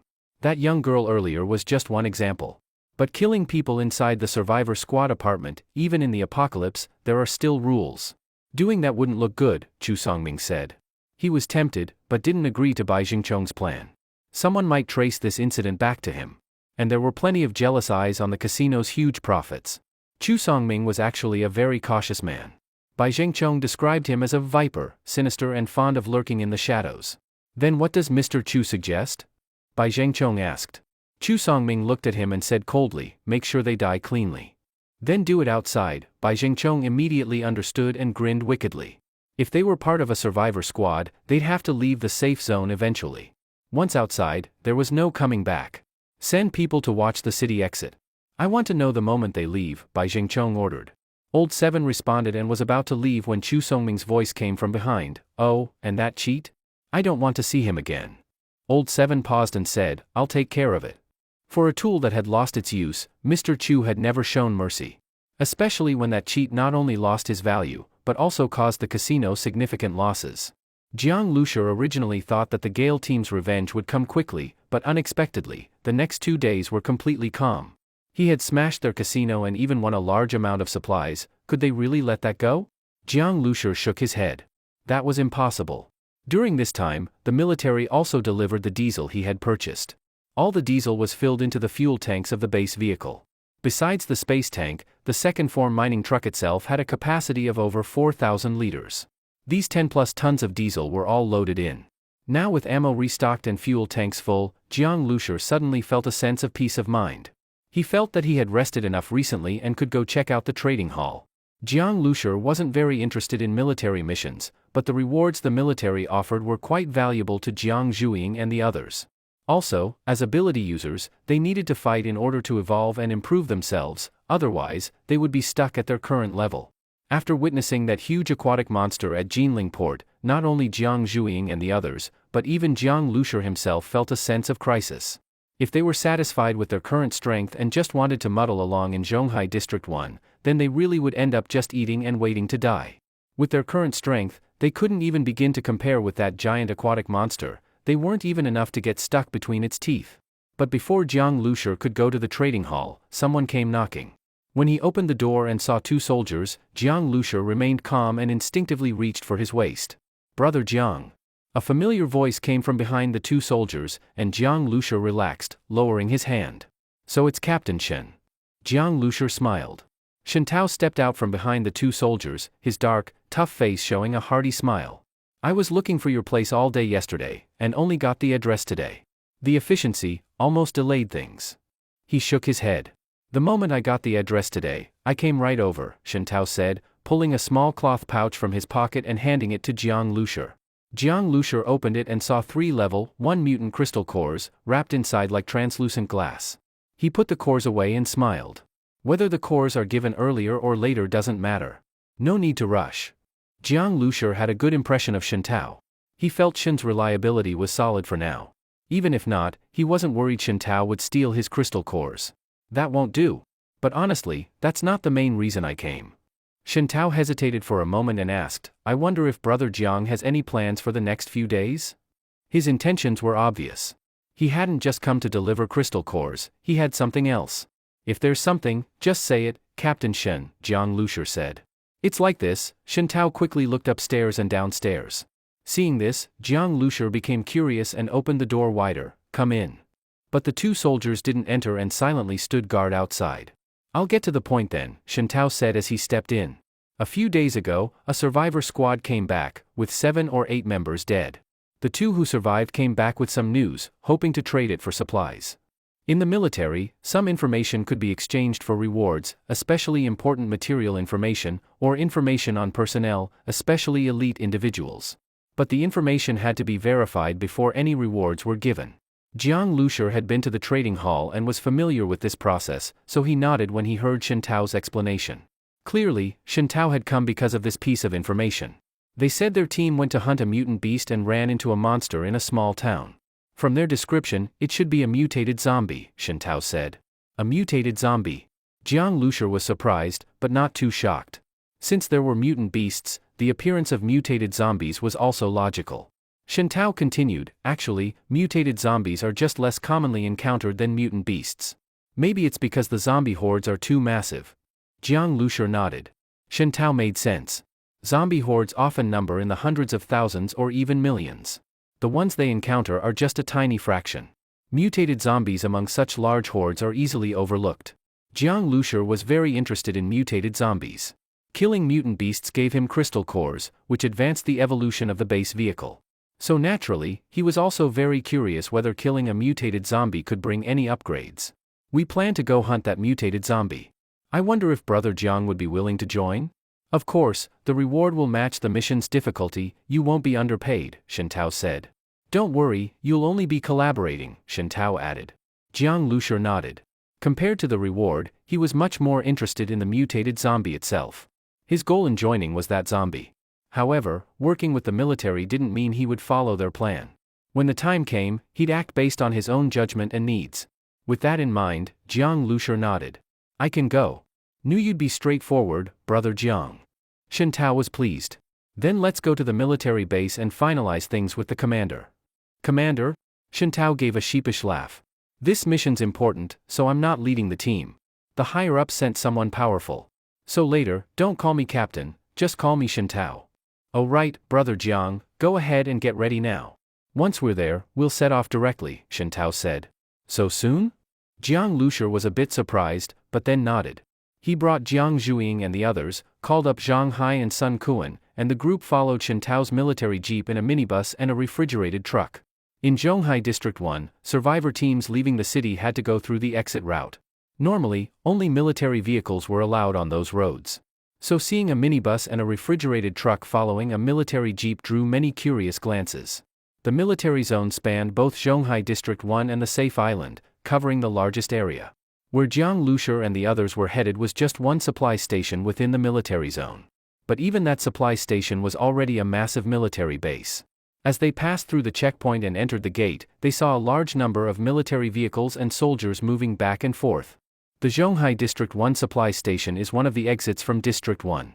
Armies leaving District 1 get sufficient supplies here, and then carry out their various missions. When Jiang Lushi arrived at the departure point, he found a lot of people had already gathered.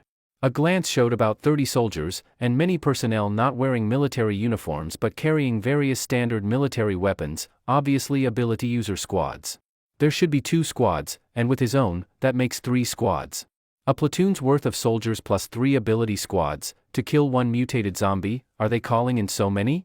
Jiang Lushi was somewhat surprised. The lineup was over the top. Shen Tao saw what Jiang Lushi was thinking and said, "These people with us not only have to kill that mutated zombie, but also have a mission, to open an optimal route to Tongnan City." "Open a route?" Jiang Lushi asked in surprise. "Yes. The upper management of Zhonghai Safe Island is considering gradually clearing the surrounding cities. First take small towns, then take on cities like Jinling and Zhonghai. That way, beyond the safe zone on Zhonghai, the surrounding several hundred kilometers could also barely count as a safe zone." The military plans to counterattack? Hearing this, Jiang Lushi was really shocked. "It's just a preliminary plan. Counterattacking isn't easy. We now have only a few 100,000 people on Safe Island, and the military is fewer than 100,000. Many cities have zombie populations in the millions or even tens of millions, plus various mutant beasts. A counterattack will be hard. Heavy weapons must be used, and extreme caution is required. The military has only just gained a foothold. Retaking zombie-occupied cities sounds thrilling, but it's far from easy." "You say heavy weapons? You don't mean nukes, right?" Jiang Lushi frowned. He had a bad premonition about nuclear weapons. Shen Tao shook his head. "No. Many scientists believe that using nuclear bombs could trigger more mutant beasts via fallout, essentially suicide. Nuclear weapons are powerful, but the deadliest aspect is radiation, wide area, long duration. The places nuked to flat Earth are actually limited. Radiated zones, whether for zombies or mutant beasts, are less affected." Jiang Lushi nodded. That was a relief. He often worried about that giant aquatic monster lurking in Jinling. If such creatures existed deep in large cities, could the military still win? Safe Island only has 80 to 90,000 soldiers. If they suffer heavy losses, even holding ground within the Zhonghai safe zone would be hard. While Jiang Lushi was thinking this, a rough voice shouted, "Get out of the car. Hurry up. I'm talking to you. Didn't you hear me?" A burly man with a face full of meat, carrying a Type 81 rifle, pounded on Jiang Lushi's car window. Jiang Lushi frowned. Here on Safe Island this was tolerated. Out in the wild, someone doing that would already be shot. "What are you yelling about?" Jiang Zhuing tossed the tablet aside and jumped off the seat. She had always been fiery. Don't let her cuteness fool you. She had a sharp temper. "Oh, she's pretty cute." The man grinned lecherously, licking his lips. But in this situation, he wouldn't seriously make a move. Jiang Zhuing glared at him, about to explode, but Jiang Lushi had already stood up and said, "Get out of the car first." Jiang Lushi recognized what was happening. The captain of the operation was urgently gathering troops, but the messenger was low quality and puffing up. People like this need just a little discipline. The man saw Jiang Lushi standing and called to others to get out too. Soon, in that area, everyone assembled. The 3 ability squads plus 30-some military officers, around 60 people in all. At that moment, Jiang Lushi sharply sensed someone watching him. He turned and saw a burly man with a sallow face staring at him. Jiang Lushi frowned slightly. Next to that burly man, he saw a familiar face. The killer from the casino. "Is that the Gale team?" Jiang Lushi asked Shen Tao. "Yes." Shen Tao nodded. Among the 3 survivor squads, Gale team had the most members, about 10 or so. The burly man, seeing Jiang Lushi's question, realized his identity had been recognized. He gave Jiang Lushi a sinister grin. How coincidental, Jiang Lushi thought. At that moment, 2 military officers stepped to the front of the formation. One was about 30 years old, with eagle-sharp eyes sweeping across the field. This is Captain Zhang Jing. His personal strength is high. He's led troops on many extremely tough missions. Among the younger officers in the army, he has great prestige. He leads this operation, Shen Tao quietly told Jiang Lushi. The officer accompanying Zhang Jing wore glasses and looked like a non-combatant, but his expression was stern, with a dark gaze. His aura was not simple. After the apocalypse, one's status was often judged not by rank but by power and capability. "That's Chu Songming, this time's deputy commander," Shen Tao indicated the glasses man to Jiang Lushi. At this time, Zhang Jing and the others from the 2 other ability squads had already conferred among themselves and were walking toward Jiang Lushi's group. "You're the reinforcements you called in?" Zhang Jing asked Shen Tao before addressing Jiang Lushi. "Yes." Shen Tao answered with a salute, his voice loud. Jiang Lushi, who usually saw Shen Tao as casual, was surprised to see him standing at attention. So Zhang Jing is strict, Jiang Lushi thought to himself. Zhang Jing looked at Jiang Lushi, assessing his gear and strength. They were short on numbers, just 6 people. And, why so many women? No need to mention Jiang Zhuing, she looked strong. But Ran Shiyu's presence was odd. Her aura was hazy. Zhang Jing essentially judged she had little combat ability. As for Ing, even more ordinary, he was ignored entirely. Good guns, but the fighters were weaker than Gale team. After sizing up Jiang Liusher's squad, he addressed Jiang Liusher, "I'm Zhang Jing, the commander of this operation. I know your survivor squad has some talent, and some are proud. But in my team, your pride, your arrogance, you'll tuck those in. In my squad, there's only one voice, that's mine. Your team must obey my commands." Zhang Jing's tone was very stern, giving off an air that allowed no disagreement.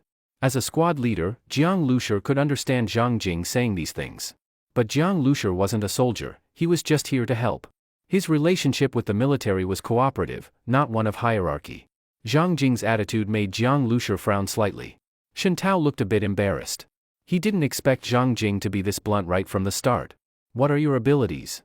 Zhang Jing asked, needing to understand Jiang Liusher's team's powers to plan tactics. "Start with you," Zhang Jing said, pointing at Sun Kuan. Jiang Liusher originally thought he would be the one to answer first, but Zhang Jing skipped him entirely. Thinking about it, he understood, Zhang Jing was probably an ability user and had already judged that Jiang Liusher didn't have any powers, so he didn't bother asking. Jiang Liusher looked at Shen Tao, who gave him an apologetic look. "My ability is climbing. Kind of like a gecko," Sun Kuan replied lazily. He didn't care about Zhang Jing at all. The only people he listened to were Jiang Liusher and Jiang Zhuiying. As for Zhang Jing, who was he supposed to be? Zhang Jing, as a commander, could tell what Sun Kuan meant just from his expression. He frowned slightly but didn't say anything. He was used to soldiers responding with loud and clear "yes, sir." Not this kind of lazy attitude. He really didn't like these ability user squads. He thought they were just a bunch of undisciplined thugs. If it weren't for orders from higher-ups to cooperate with them, he wouldn't have brought them in at all. "Got some finger strength. I know a bit about fixing cars," Zhang Hai said, equally dismissive. "Climbing? Fixing cars? What kind of abilities were these? Useless. Could he fix an armored vehicle?" Zhang Jing's frown deepened. Was this the kind of team Shen Tao brought? "My mental strength is a bit higher than others," Ran Qiyu said simply. Ing didn't say anything. In her eyes, Zhang Jing didn't even exist. As for Jiang Zhuiying, she had already taken a dislike to Zhang Jing. She said just one word, "electric." She didn't even bother to add punctuation. Zhang Jing's face darkened. Did this Stone Shadow squad think they were here to be worshipped? "Captain Zhang," Jiang Liusher spoke up. "We are not your soldiers. We don't have a superior-subordinate relationship. I believe the military and we are cooperating. I'll try to follow your orders as much as possible, but if I think your decision is wrong, I won't cooperate." Jiang Liusher's voice was calm. Zhang Jing's pressure might work on soldiers, but not on him. "A wrong decision? Are you questioning me? You don't even know the danger of mutant zombies or the terrain. How can you judge whether my orders are right or wrong?" Zhang Jing's eyes widened, and his voice rose sharply. Jiang Liusher, at his age, would be a rookie in the army. What soldier would dare talk to him like this? Many people turned to look. Members of the Gale squad grinned mockingly. This guy didn't know his place. Talking about cooperating with the military, he didn't even have the strength for that. At this moment, Chu Songming spoke up. "Even though it's a partnership, during joint operations, there must be unified command. Otherwise, if everyone acts on their own, things can go terribly wrong. I'm sure you don't want to see that happen either, right?" Chu Songming smiled politely, trying to smooth things over. Zhang Jing glared at Shen Tao, clearly blaming him for bringing such a cocky and weak team. Shen Tao felt miserable. He broke military formality and explained, "Captain, I've personally seen the Stone Shadow squad in action. They're very strong. Don't underestimate Captain Jiang Liusher, he has an ability too." "An ability?" Zhang Jing didn't care. With such weak energy fluctuations, what ability could he possibly have? He says it's mechanical modification. I think it's more about making custom vehicles. That minibus over there is his work. Modified car? Zhang Jing snorted and didn't even glance at the minibus. Can he modify armored vehicles? Zhang Jing's sarcastic question left Shen Tao speechless. Jiang Liusher probably couldn't. Even the most hardcore car enthusiast wouldn't be able to handle armored vehicles. The structure is totally different. "All right, Captain. It's time," Chu Songming said, checking his watch. Zhang Jing stopped wasting time and walked away without another word. The operation was about to start. He wasn't interested in wasting more breath on Jiang Liusher. "Don't take it personally," Shen Tao said apologetically to Jiang Liusher. Jiang Liusher smiled calmly. "It's fine. But I stand by what I said, I won't follow wrong orders." He knew this demand would challenge any commander's authority, but it was his bottom line. At that moment, Zhang Jing strode to the front, climbed into the armored personnel carrier, and gave everyone a powerful look. "Everyone's here. Move out," he shouted. As he waved his hand, the armored vehicle roared to life and led the convoy. As the commander, his vehicle was naturally in the lead. Though Jiang Lushur didn't like Zhang Jing's words, he couldn't fault his actions. In the apocalypse, power was the only thing that mattered. Leading from the front was the best way to command respect. The convoy, 3 military vehicles followed by the survivor teams and 2 more military vehicles at the rear, had a total of 15 vehicles. They stirred up clouds of dust as they rolled out from the supply station, leaving Zhonghai District 1. Every day, teams entered and exited Zhonghai District 1, both military and survivor teams. Some came back loaded with loot.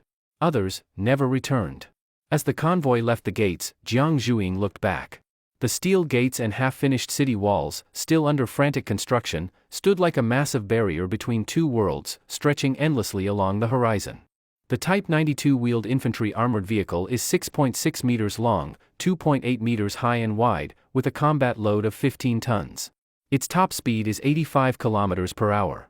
The main weapon is a 25mm automatic cannon, and it also has a 7.62mm machine gun. This combat vehicle looks like a miniature tank, only the tracks are replaced with wheels, and the tank's large-caliber cannon is replaced with a small-caliber automatic cannon. But even though it's called small caliber, its power is still extremely terrifying. If it hits a person, there's no doubt they'd be torn to pieces. Of course, being a smaller version of a tank, it inevitably has weaker protection. The Type 92 wheeled armored vehicle can barely defend against regular rifle bullets. If hit by an anti-material sniper rifle, it would probably be taken out with one shot. A burst of armor-piercing bullets from a machine gun could also wipe out the people inside. As for shells or rocket launchers, it goes without saying, they'd be devastating. Still, against zombies, who are after all made of flesh and blood, the Type 92 wheeled armored vehicle is definitely a deadly killer. In fact, the soldiers of the Zhonghai safe zone are full of confidence about retaking the city. That confidence comes from the weapons they have.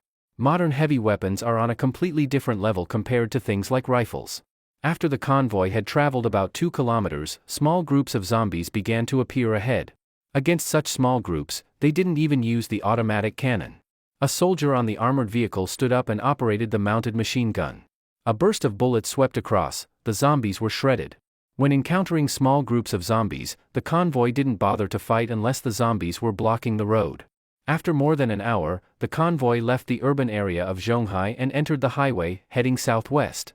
Tongnan City is just over 120 kilometers from Zhonghai, a 1.5-hour drive before the apocalypse. After the apocalypse, for ordinary survivor teams, this distance is difficult to overcome. But for the military, Zhang Jing didn't think it would be a problem. They brought armored vehicles, lots of ammunition, and so many soldiers carrying rocket launchers. Ordinary zombies were no threat. The only real concern was large mutant beasts. But as long as they were spotted early, they weren't much trouble either. Some mutant beasts can resist rifle bullets, but could they really withstand automatic cannon fire? We've probably covered 20 kilometers by now. The convoy has hardly stopped. On the minibus, Ran Shiyu checked the map downloaded to her tablet and said, "Yeah." Jiang Lushur nodded. If they stayed on the highway, they shouldn't be delayed much.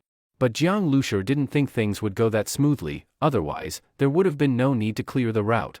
Sure enough, after driving for just over 20 minutes on the highway, the lead military vehicle turned off onto a side road and stopped at a toll station. After clearing out the surrounding zombies, a soldier ran over and shouted as he ran. "The highway ahead is blocked by abandoned vehicles. We have to get off here. Once we pass the toll station, the road ahead hasn't been cleared, we're entering the wilderness." "Understood." Zhang Jing nodded and shouted, "From now on, the infantry combat vehicles take the lead. Gale Squad to the left, Dragon Leap Squad to the right, provide cover and support. Shadow Squad, assist the engineers in removing obstacles along the way. Everyone stay alert, we can't afford to mess up here."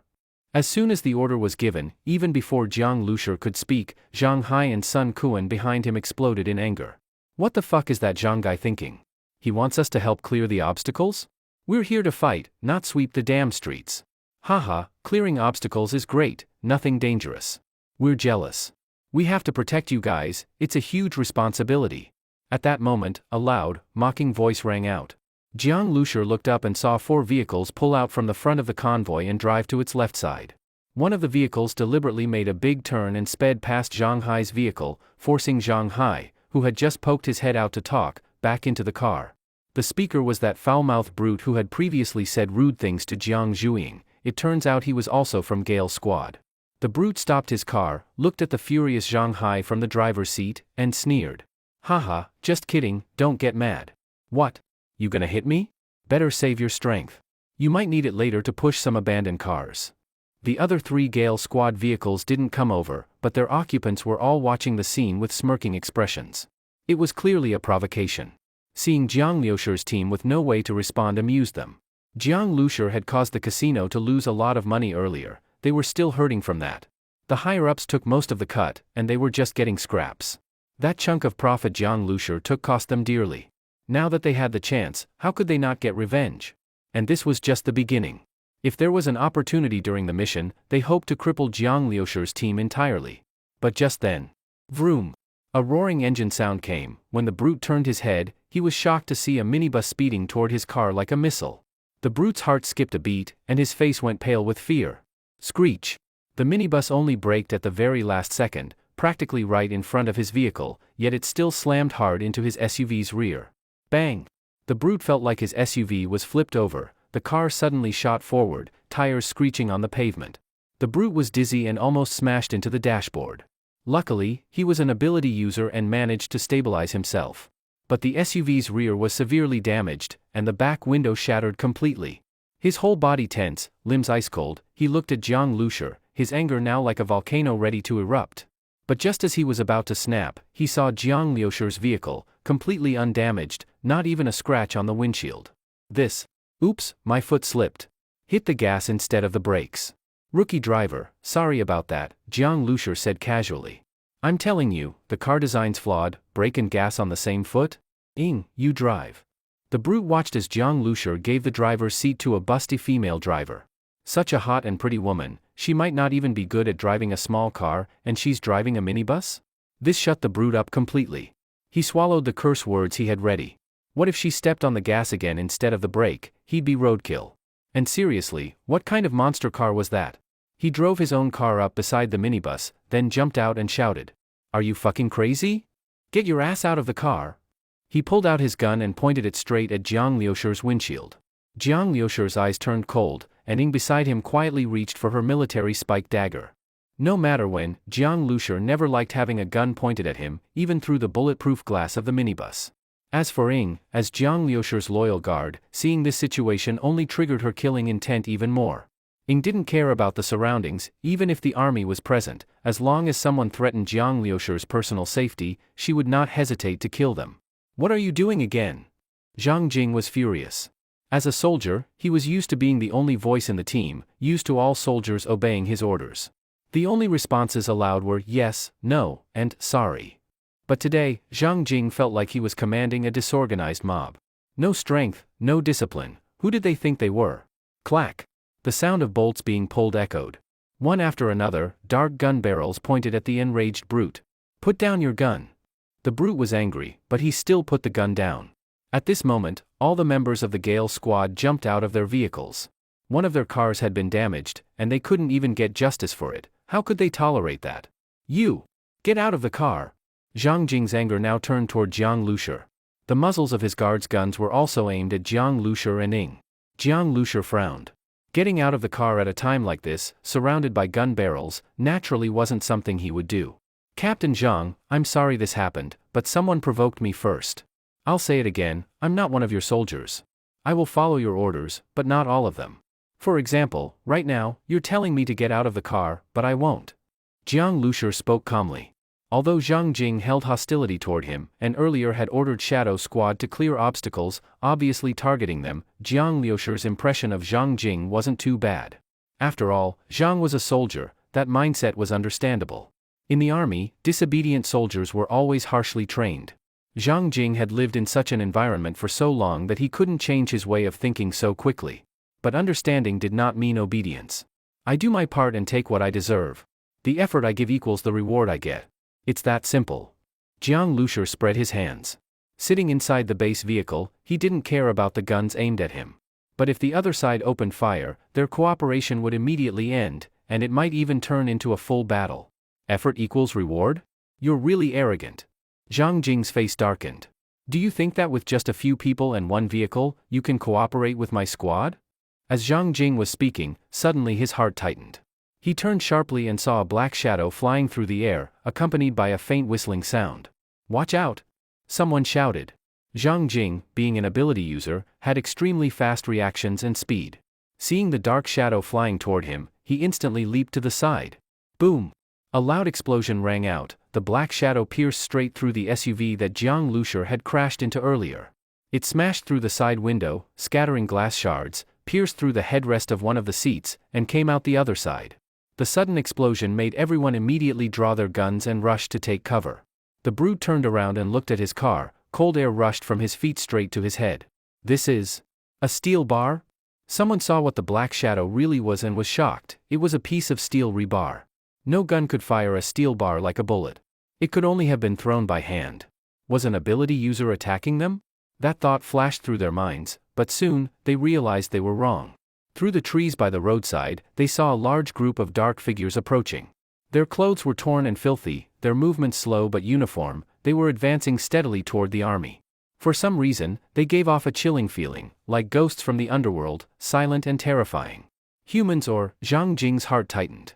The two sides were separated by hundreds of meters, and the view was blocked by trees and grass. It was hard for him to tell what those figures were. Zombies! Jiang Lushur spoke decisively. After his bloodline evolution, the blood flow in his retinas had greatly increased, giving him more energy and clearer vision. Zombies? Zhang Jing was shocked. The zombies before him were completely different from the ones he'd seen before. Zombies were sensitive to sound and smell, even the smallest noise could attract a swarm. But when it came to sight, they never showed interest in distant targets, they only wandered aimlessly. Now, however, this group of zombies had appeared suddenly, approaching them with clear intent.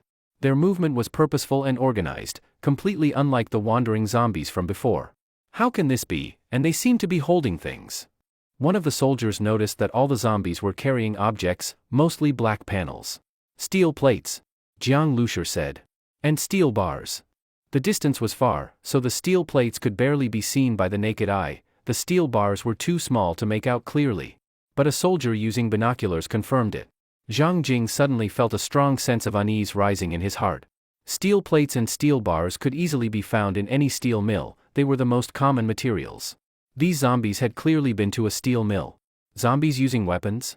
Prepare for battle. Zhang Jing immediately jumped onto an off-road vehicle. Everyone, even the seasoned soldiers, felt a faint sense of unease. Whoosh! At that moment, another steel bar flew toward them. Boom! It slammed heavily into a military vehicle. Luckily, the soldiers inside had already ducked. The windshield shattered instantly. The zombies were throwing steel bars. How terrifying must their arm strength be, to throw several kilograms of steel hundreds of meters, and with such accuracy, even through so many branches. Mutant zombies? The thought flashed through Jiang Lushur's mind, sending a chill through his heart. He had imagined many kinds of mutant zombies, but never this, zombies that knew how to use weapons. That meant they had intelligence. It was even very likely that the surrounding zombies had been gathered by that one. Fire! Zhang Jing shouted. Even though there were obstacles and hundreds of meters between them, with a heavily obstructed view, Zhang Jing felt an intense sense of danger. He couldn't wait any longer. But as the shooting began, the zombies in the front lines all crouched behind the steel plates, using them to block the bullets. Bullets hitting the steel plates made a dense clanging sound, sparking everywhere. This scene shocked everyone, they could hardly believe their eyes. In the eyes of ordinary people, zombies are terrifying monsters. Their strength and speed are much greater than normal humans. But in the eyes of ability users, the zombies' biggest advantage is their numbers. Though they have strong physical qualities, they don't know how to use them properly and only charge forward fearlessly into gunfire. When hundreds of thousands or millions of zombies gather, no squad dares to approach such places casually. But when the number of zombies is small, any survivor squad with decent strength would take the chance to try. For some strong teams, a small group of zombies poses little threat. But now, what were they seeing? These zombies weren't just using weapons, they knew how to defend. Now it could be confirmed, these zombies really had intelligence. And the way they moved in such an organized manner, they looked exactly like a real army. What they were witnessing completely overturned their understanding of zombies. At this moment, the zombies behind the steel plates let out gur growls, and suddenly began to charge. Boom boom boom. The sound of heavy footsteps came closer and closer, matching the quickening of people's heartbeats. Even the ground trembled slightly. Zhang Jing stared in shock. How heavy must these zombies be? Automatic cannon ready. Everyone prepare for battle. Zhang Jing roared his orders. Though shocked, he didn't panic. He calmly gave out one command after another. The army formed a battle line, the gun barrels overlapping into a dense net of firepower. The Gale squad, who had just gotten out of their vehicles, immediately turned pale and ran back to their cars. In a situation like this, who cared about Shadow Squad anymore?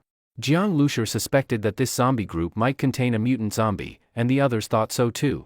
The mutant zombie was one of the targets of their mission. If they could kill it, they'd earn a huge reward. Taking it down alone would be hard, but with all this firepower as cover, it was definitely worth a try. Jiang Lushur watched as the various teams' vehicles roared to life, engines rumbling, but he didn't act just yet.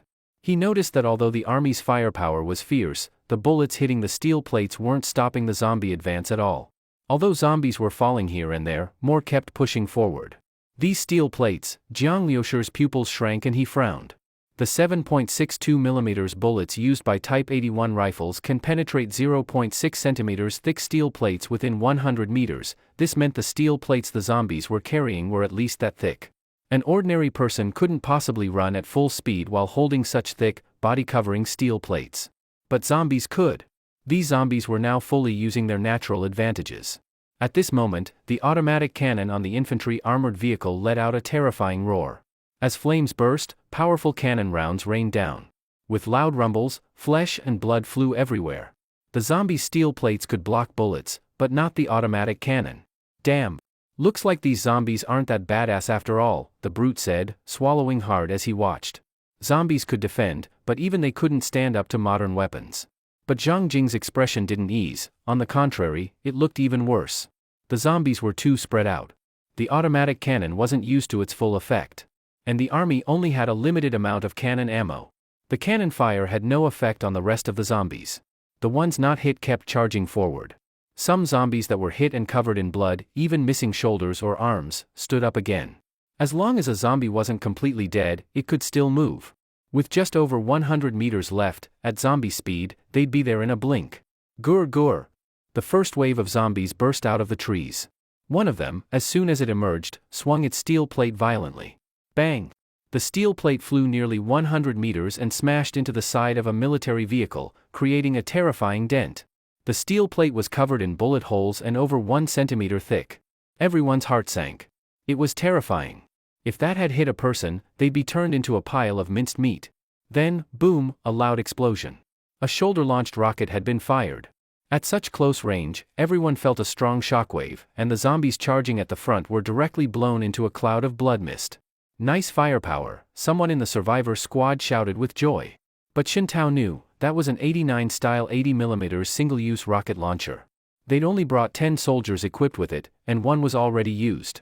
And the damage done to the zombie group? Still not enough. The army's continuous firepower suppression gave the survivor squad some confidence. With a loud engine roar, 2 vehicles flanked around from the side. This was Dragon Leap Squad in action. The members of Dragon Leap Squad launched a quick flank attack. One of them threw out a long chain with a cold, gleaming iron claw at the end. The claw bypassed the steel plate and instantly crushed a zombie's head. That person was the squad leader of Dragon Leap Squad. He was extremely fast. The 2 vehicles circled the zombies and killed more than a dozen in seconds. Not bad. Zhang Jing's eyes lit up. He hadn't had much hope for the survivor teams before, but now he saw that while they couldn't match heavy weapons, they had more flexibility and focused on sneak attacks. Seeing Dragon Leap Squad achieve results, Gale Squad's captain Bai Zhengchong also twisted his neck and shouted, "Listen up. Whoever kills that mutant zombie gets a huge reward."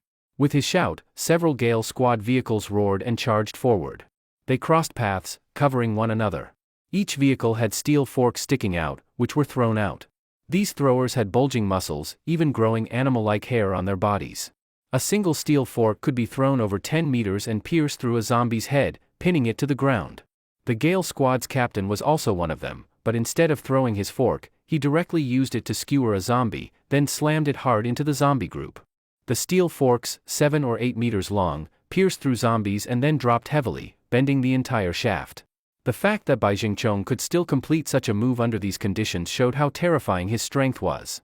After doing this, he suddenly shook both arms, and the rest of the Gale squad members immediately let out a burst of excited roars. After circling around, Bai Jingchong glanced toward Jiang Lushi. Both squads had already moved into action, but Jiang Liushi's minibus and the freezer truck were still parked there, not moving. Bai Jingchong revealed a faint sneer. Jiang Liushi's minibus was too large, and the freezer truck wasn't a modified SUV with high agility. In this situation, they probably had no way to respond.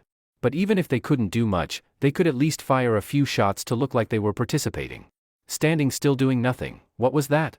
Could it be that all the bold words Jiang Lushi had said earlier had already been swallowed? Although the Gale squad and Dragon Leap squad had only made quick hit-and-run attacks, not daring to stay near the zombies for long, they still felt superior compared to Jiang Lushi, who hadn't moved at all. This contrast immediately showed the difference between them and the regular teams. They were elite squads, while Jiang Liushi's team, well, no need to say more. "Brother Jiang, what should we do now?" Zhang Hai drove his vehicle next to the minibus and asked. Jiang Lushi glanced at Gale squad's direction and calmly said, "Let's keep watching." He didn't think much of Dragon Leap squad and Gale squad's harassment-style attacks. How many zombies could they actually kill that way?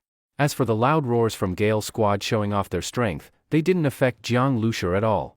"Brother Jiang, there's a very unique glowing spot in that zombie group, but it keeps moving," Ran Shiyu suddenly said. With her energy vision, she could see things that ordinary people couldn't. Upon hearing that, Jiang Lushi immediately looked toward the zombie group. So, there really was a mutant zombie?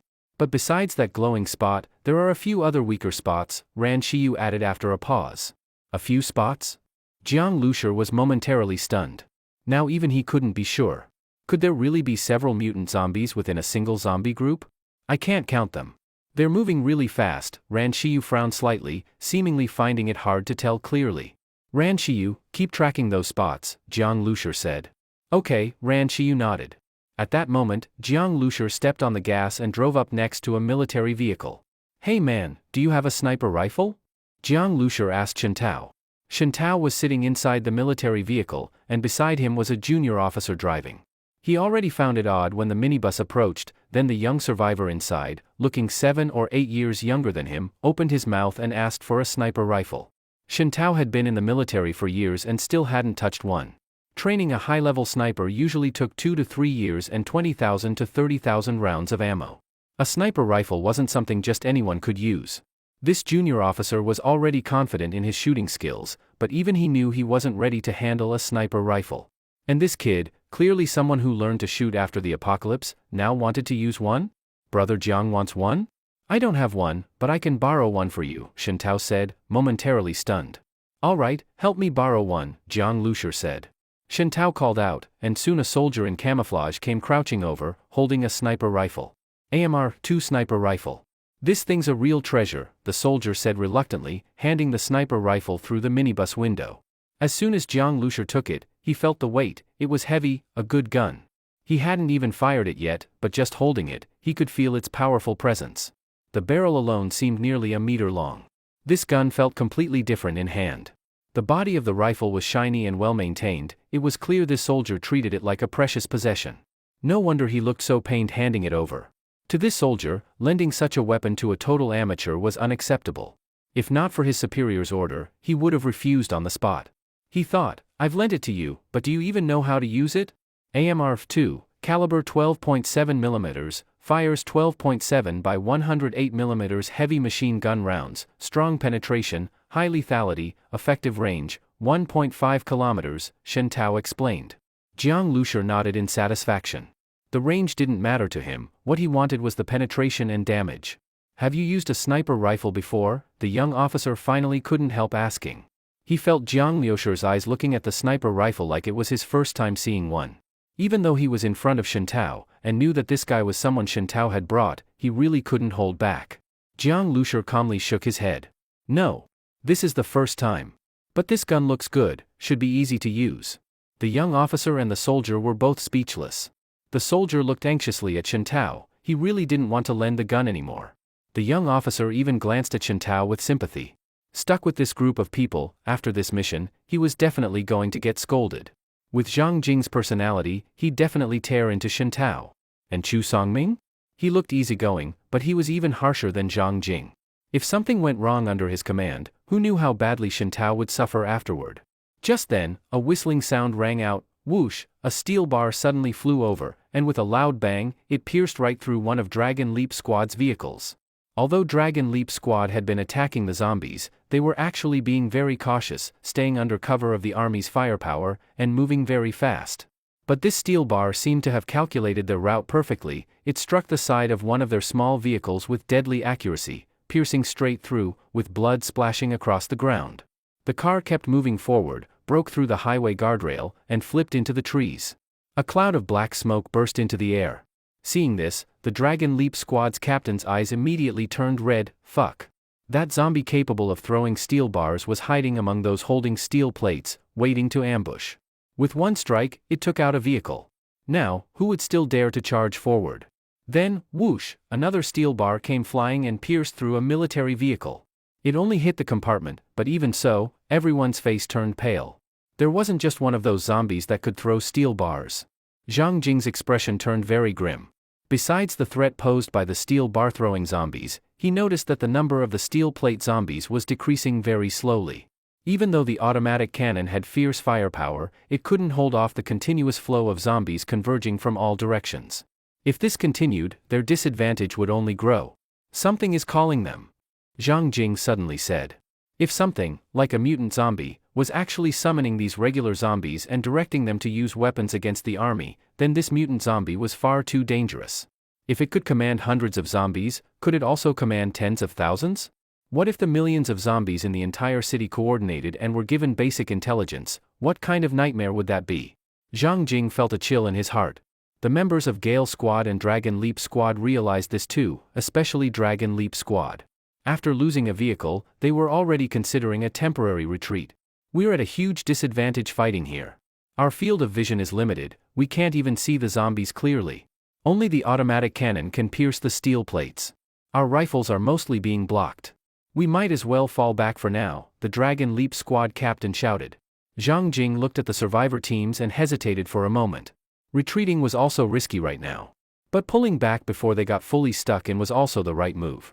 The only problem was that if they left now, all this effort would have been for nothing. And if they came back to look for the mutant zombie later, the horde might be even larger than now. Everyone from the survivor squads was watching Zhang Jing. It was up to him to decide. Zhang Jing took a deep breath. He was also planning to retreat. Even though the automatic cannon had powerful firepower, there wasn't much ammo left. There was no way to fight off so many zombies. Although retreating right after discovering a mutant zombie was a blow to military honor, in the apocalypse, survival was the most important thing. Besides, he needed to get this intel back to HQ so the military could revise their plans. If there were mutant zombies in both Zhonghai and Jinling city centers, then advancing the front lines would become extremely difficult. Just as Zhang Jing was about to give the order to retreat, suddenly, boom! A loud explosion came from behind. Everyone was startled and turned around. What they saw left them shocked. Not far away, the roof of the highway toll station, made of a welded metal frame, had completely collapsed, falling right in front of the station and blocking the highway. Damn it! Zhang Jing's eyes turned red. He couldn't afford to think about how such a heavy metal structure had collapsed. What he saw was that scattered zombies were heading toward the toll station. If this continued, they'd be surrounded. That would be a death sentence.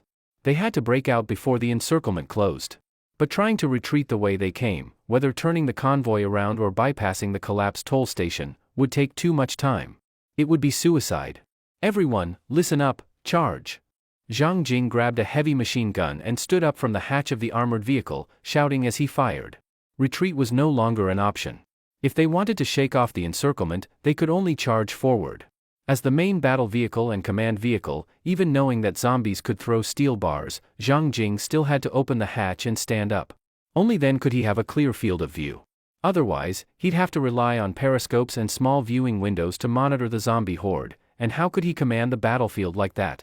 Another officer climbed out alongside Zhang Jing. As soon as he stood up, his eyes turned beast-like, pupils shrinking to pinpoints as he scanned the surroundings. Zhang Jing knew well, charging forward also meant facing more unknown dangers. They might fall into an even bigger crisis and be wiped out completely. But just as he was giving the order, one vehicle in the convoy didn't charge with the rest. Instead, it turned its steering wheel sharply and drove off the road. Vroom! The vehicle let out a beast-like roar, circled around, and started accelerating toward the side of the zombie horde. It was the minibus. Zhang Jing was stunned. Had he lost his mind? Charging into the zombie horde at this point was suicide. These zombies were carrying steel plates, and zombies had incredible strength. Using those heavy plates to block a vehicle, they'd stop it within 4 or 5 layers, then it would be stuck like it had fallen into a swamp. That was a dead end. It wasn't just Zhang Jing, many others saw it too, and they were all dumbfounded. They didn't understand what Jiang Lusher was thinking. With the zombies about to surround them, there wasn't even time to escape, and someone was driving straight into the pile of corpses? At that moment, the base vehicle made a clanking sound as metal components shifted. The roof of the base vehicle cracked open, and a half-spherical metal dome slowly rose, like a flying saucer, full of futuristic tech vibes. What the hell was that? People were stunned. Since the apocalypse began, modified vehicles had become common: upgraded engines, welded steel plates, steel mesh on tires, all kinds of rough modifications. But this? Even Zhang Jing had never seen anything like it.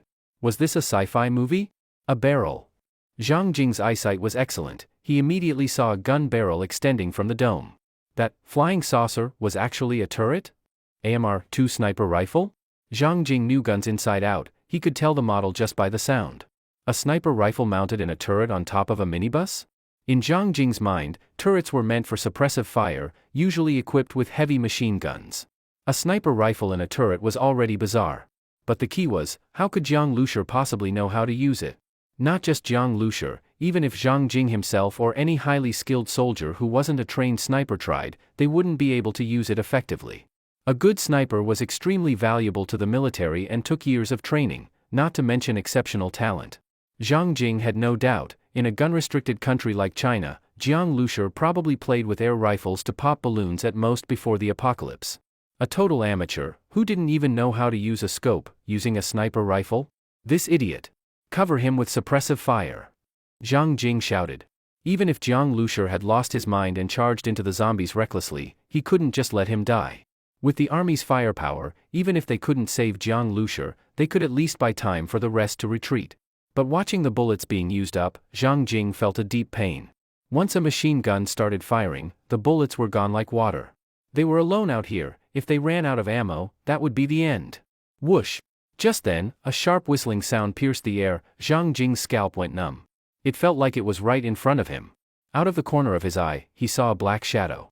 A steel bar. A thumb-thick steel bar, 70 to 80 centimeters long, came whistling through the branches, aimed straight at him. Zombies possessed intelligence and could identify who the commander of the army was. At that moment, Zhang Jing had no time to care about Jiang Lusher. He shouted loudly and leapt out suddenly. His military uniform was stretched tight by his bulging muscles, his arms as thick as an adult's thighs. His eyes widened as he brought both hands up to strike the incoming steel bar. Bai Zhengchong and the others were all startled by this scene. The steel bar was coming in fiercely, but Zhang Jing's explosive strength was not to be underestimated. Everyone's attention was focused on Zhang Jing. At that moment, a loud bang sounded. Amid the intense gunfire, it wasn't especially noticeable. Zhang Jing slapped the steel bar with both hands and immediately felt his arms go numb. A sharp pain surged through his palms. Looking down, his hands were bloody and mangled. But at least he managed to deflect the steel bar's path. It still scraped across the rear of the armored vehicle, throwing out a shower of sparks. The steel bar didn't lose momentum, plunging into the highway guardrail and smashing through part of the concrete barrier. It then shot deep into the trees, destination unknown. Such strength. It made everyone's scalp tingle. No one knew how many steel bars the zombies had, but if they kept attacking like this, casualties were inevitable. Zhang Jing's palms hurt, but his brain hurt even more. Just then, he suddenly heard someone shout joyfully, "Nice shot." Zhang Jing was furious. His hands were ruined just to block a single steel bar, and this was nice? But when he turned around, he was stunned. The one who shouted was the officer beside him. That officer was called Hawkeye. His awakened ability was related to reconnaissance. He had excellent vision and a 180-degree wide field of view. Though his combat skills were average, he was an indispensable member of the squad. And Hawkeye wasn't even looking in Zhang Jing's direction. He continued shouting, "Captain Zhang, the zombie that threw the steel bar at you, got shot." Zhang Jing froze, then looked over. But the zombies in the distance were densely packed and shadowy. Not to mention the naked eye, he couldn't see anything even with binoculars. The field of view was too narrow. But Hawkeye wouldn't shout for no reason. The shot must have landed. Still, those zombies had extremely strong vitality. Unless you hit the head or heart, injuries wouldn't be fatal.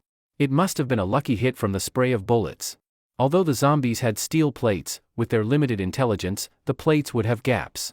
Bullets getting through those gaps could still cause damage. Keep the suppressive fire going. Zhang Jing shouted. Even if we don't kill the steel bar zombie with one shot, a few more and we will. Once it's dead, the horde will scatter. No, that zombie got its head blown off.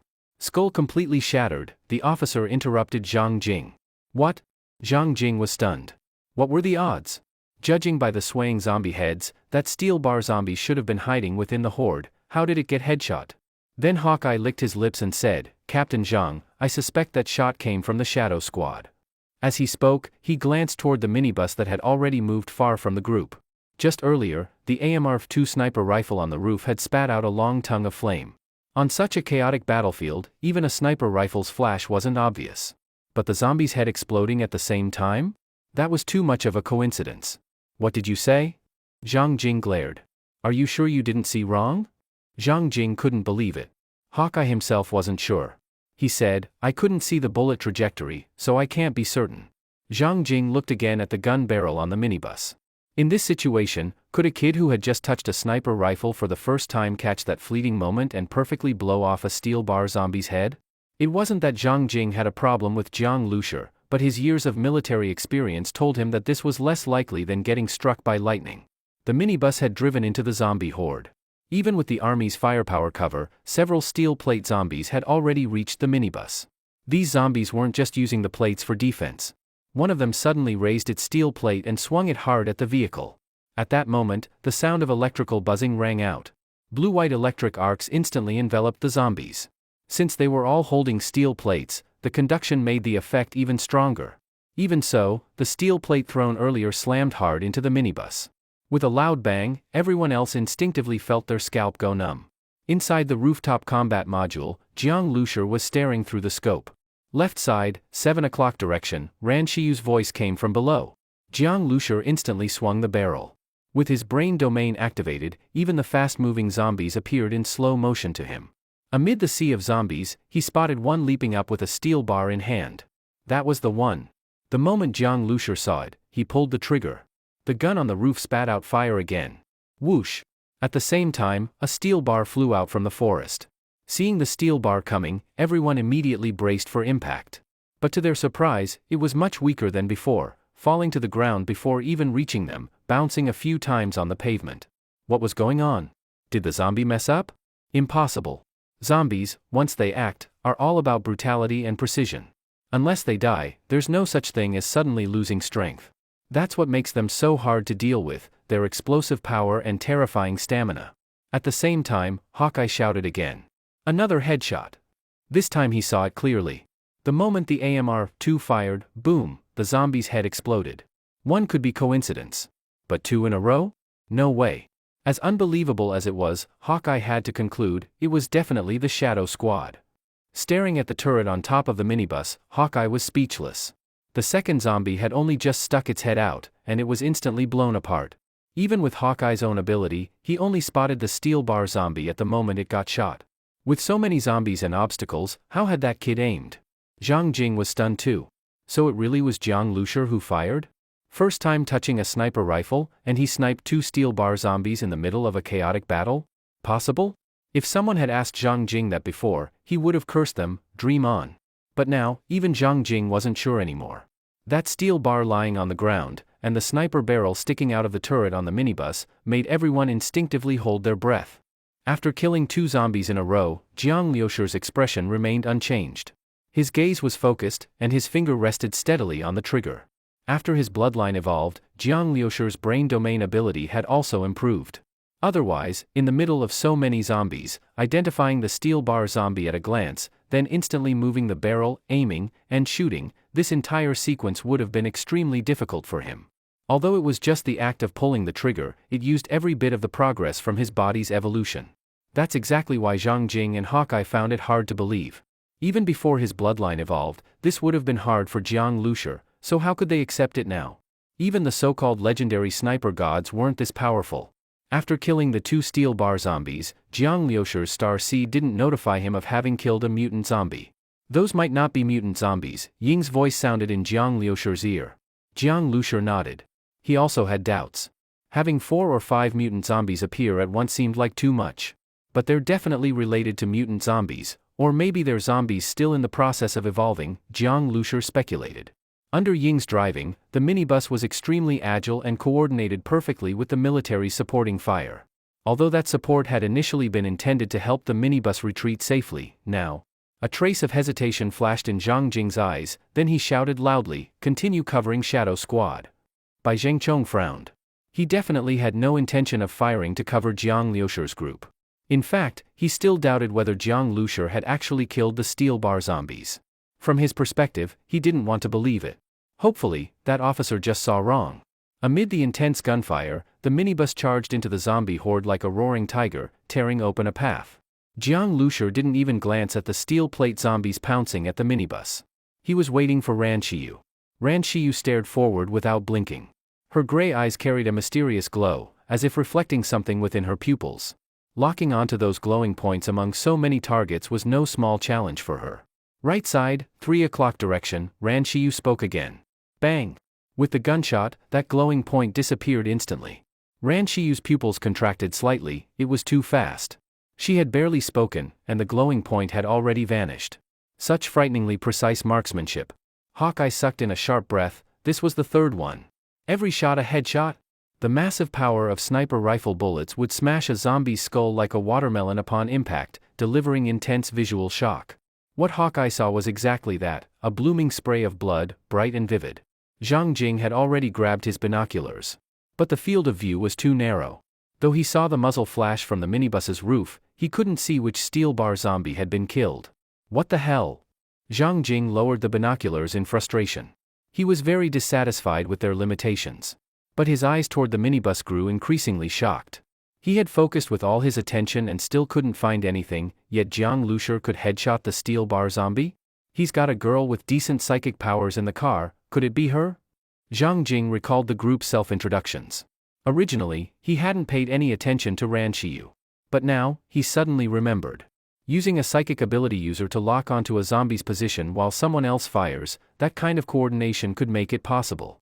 But it also meant Jiang Liusher needed not just perfect aim but incredibly fast reflexes. And Jiang Liusher had shown what level of reflexes? Godlike reflexes. If Zhang Jing hadn't already seen how Jiang Liusher modified the minibus, he would have assumed Jiang Liusher's ability was shooting. Bai Zhengchong's face, on the other hand, had turned extremely ugly. 3 times in a row, no matter how much he didn't want to believe it, he had to face reality. That bastard Jiang Liusher was actually a sharpshooter. Whether he'd trained before or was just naturally gifted, he clearly wasn't the useless fool Bai had imagined. Gale Squad and Shadow Squad had already formed a blood feud. Now seeing a rival who looked like an easy target suddenly reveal such strength, how could Bai Zhengchong feel good? Meanwhile, the minibus was getting closer and closer to the forest. Motherfucker! Zhang Hai roared and suddenly slammed the gas pedal. With a roar, black exhaust burst from the freezer truck's rear, and it followed right behind the minibus. The 2 vehicles charged forward, unstoppable. Before this, the endless stream of zombies had even made Zhang Jing consider retreat. Everyone was feeling the pressure and gloom. But now, Shadow Squad's charge suddenly reignited everyone's spirits. That freezer truck followed behind. The people inside kept yelling, not as powerful as Gale Squad's earlier battle cries, but much more relatable. Zhang Hai shouted, "FKU. Come bite me if you dare, you sons of bees." Simple. Crude. Even vulgar. But the soldiers loved it. Even though it was just 3 shots, just 3 steel bar zombies killed, the atmosphere had completely changed. Those soldiers who had been getting more and more suppressed suddenly felt their fighting spirit reignite. A soldier shouted wildly as his machine gun spat fire. "I'm human. You fucking zombies are nothing." Without Zhang Jing having to say another word, all the soldiers were pouring suppressive fire over Shadow Squad.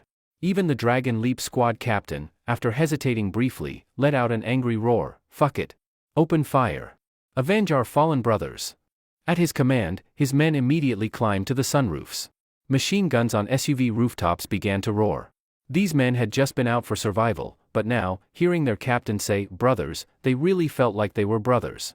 With every bullet fired came their rage, and the fear and hesitation from moments before. What do we do? The brute whose car had been hit by Jiang Lushi asked. Bai Zhengchong gave him a cold look. Just as expected, foul-mouthed. With all these guns going off, what do they need us for? Bai Zhengchong replied icily. His mood was terrible. At this moment, Jiang Lushi's two vehicles had completely reached the edge of the forest. At such a close distance, even during Dragon Leap Squad's and Gale Squad's earlier ambushes, they didn't dare to get this close, not just because of the steel plate zombies, but mainly due to the threat from the steel bar zombies. Even so, Dragon Leap Squad had been attacked. But Jiang Lushi's squad didn't need to worry about that. Jiang Lushi's target was the steel bar zombies. And he truly achieved it: kill one if it comes, kill two if there are two. Suddenly, dozens more steel plate zombies burst out from the woods. The minibus was relatively large, and many zombies were now in its blind spots. Earlier, when the minibus was still charging forward, the suppressive fire from the army had helped a lot. But now that it had slowed down, and with the forest just ahead, people suddenly realized there were more and more zombies surrounding the front of the minibus. These zombies, holding steel plates, charged madly from the woods. Although some were constantly being taken down, the rest were completely unaffected. Seeing the two vehicles so close to them, the zombies went berserk. Even though they were hiding behind steel plates, hearing those raspy growls, ha, and seeing their occasionally exposed, crazed eyes made Ran Xiyu feel her body go a little stiff. The zombies were getting closer, and the minibus was slowing down, as if stuck in a swamp. Ran Xiyu glanced at the roof of the vehicle and took a deep breath. She calmed herself and ignored the zombies in front of the windshield, continuing to search for that special glowing point among the zombie horde. They look like they're in trouble, the brute said, watching the scene with a tone of schadenfreude. This was the same brute who had nearly been run over by Jiang Lushi earlier. Although he'd just asked something at the wrong time and gotten scolded by Bai Zhengchong, he had no intention of helping Jiang Lushi. Now seeing Shadow Squad in danger, he was enjoying the show. As for Gale Squad's captain Bai Zhengchong, he glared at the brute. Get the hell out of here. The guy was just annoying. Bai Zhengchong deeply regretted letting him on his vehicle after the brute's car had been pierced by a steel bar. Bai Zhengchong had also noticed that Shadow Squad seemed to be bogged down. But he didn't want them to just die there. Ideally, they'd hold out a bit longer and die together with the remaining steel bar zombies. That would be just fine. Make full use of them. These zombies were indeed smarter than ordinary ones. Some were holding off the army's firepower while others charged full force toward Shadow Squad. As the zombies approached, they suddenly broke into a full sprint. Dozens of charging zombies wasn't a big deal, but when they were all holding heavy steel plates, that was a different story. The sheer strength and weight they carried made the sound of their charge resemble hundreds of galloping horses. They were going to smash the minibus at the front of the charge into scrap. Get out of the way, someone in the army shouted. Get out of the way? How? Bai Zhengchong sneered. Even he felt a chill as he watched the zombies charging. It made his scalp tingle. Just then, the minibus suddenly let out a loud engine roar. Zzzzzt. At the same time, electric arcs crackled around the minibus. The electricity instantly slowed the zombies' movements. Some zombies even convulsed and collapsed to the ground. After Jiang Zhuiying's electric discharge spread out, some zombies were immediately taken down. And being trampled by other zombies was no different than being electrocuted to death. During this time, Jiang Zhuiying hadn't just been watching anime, her electric powers had improved too. Plus, the zombies holding steel plates had their conductivity amplified. So now, they really did start to resemble those stiff, slow zombies from movies. Clack, clack, clack. The front of the minibus extended ramming spikes. These spikes gleamed coldly, making Bai Zhengchong's eyes widen. What the hell was that? The others were also stunned. The rooftop turret was already high-tech enough, but now ramming spikes too? Ramming spikes weren't rare, but to see them on a minibus? That was a first. With a loud engine roar, the minibus didn't retreat.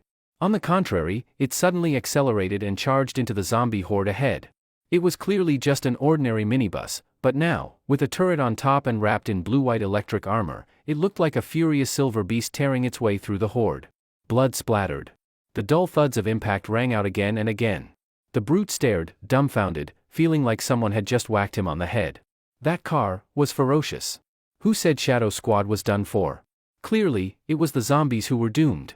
Only now did Zhang Jing finally believe what Shen Tao had said. Jiang Lushi had really built an incredible vehicle. It was indeed incredible.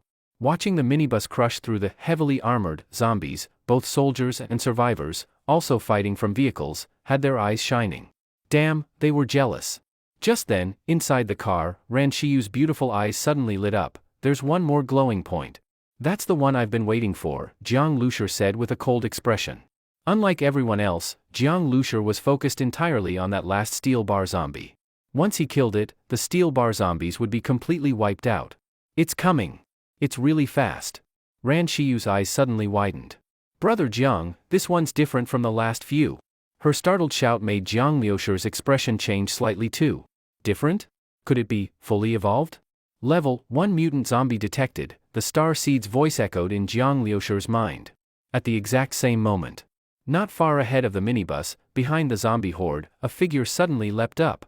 The figure jumped over 2 meters into the air, level with Jiang Lushur. It held a steel plate in one hand, covering its entire body. In the other hand, it gripped a steel bar.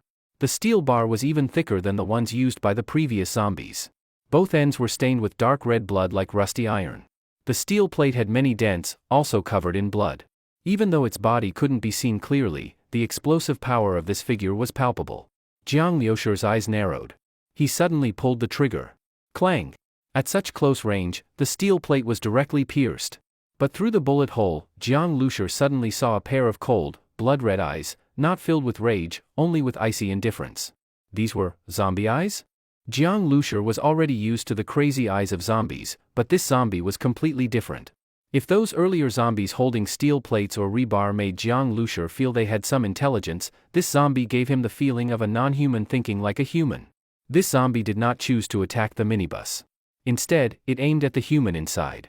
Perhaps in its view, that person was a greater threat than the minibus itself. At that moment, Zhang Jing's expression also changed. That was a mutant zombie. It was the one that nearly wiped out that survivor squad. He did not expect it to hide among the horde, until Jiang Lushur had already posed a huge threat to the entire group. It suddenly appeared. If not for Jiang Lushur, it might have waited until the horde fully surrounded them before giving them a fatal blow. This kind of lurking behavior, like a venomous snake, sent chills down Zhang Jing's spine. He now felt that the fact that 2 people from that squad escaped was pure luck. Maybe that mutant zombie hadn't even taken them seriously as prey at the time. Ugh. Ing pulled the shifter down into reverse and sharply backed away. Ing and Jiang Lushur were of one mind. She needed no warning from him, she responded instantly. At that time, the rebar in the zombie's hand shot forward with a whistling sound. Thrust. Even though the minibus retreated quickly, it still pierced the combat cabin. The combat cabin was made of special alloy, with protection stronger than the minibus's outer shell. But under the attack of that rebar, a shallow dent appeared. Jiang Lushur even suspected that if the minibus had not retreated in time, it might have pierced a hole in the cabin. If that rebar had struck Jiang Lushur, it would have been like being shot by a sniper at close range. Body hit, your torso would be severed. Head hit, the head would be gone. This zombie's arm strength was even more ferocious than those before. Although it was only a level 1 mutant zombie, the threat it posed to Jiang Lushur was stronger than that level 2 mutant python earlier. The sound of rebar hitting special alloy was like thunder. Almost everyone thought that Jiang Lushur was dead just now. But at the same time the zombie attacked, Jiang Lushur fired the AMR-2 sniper rifle. Seeing the muzzle flash, everyone froze.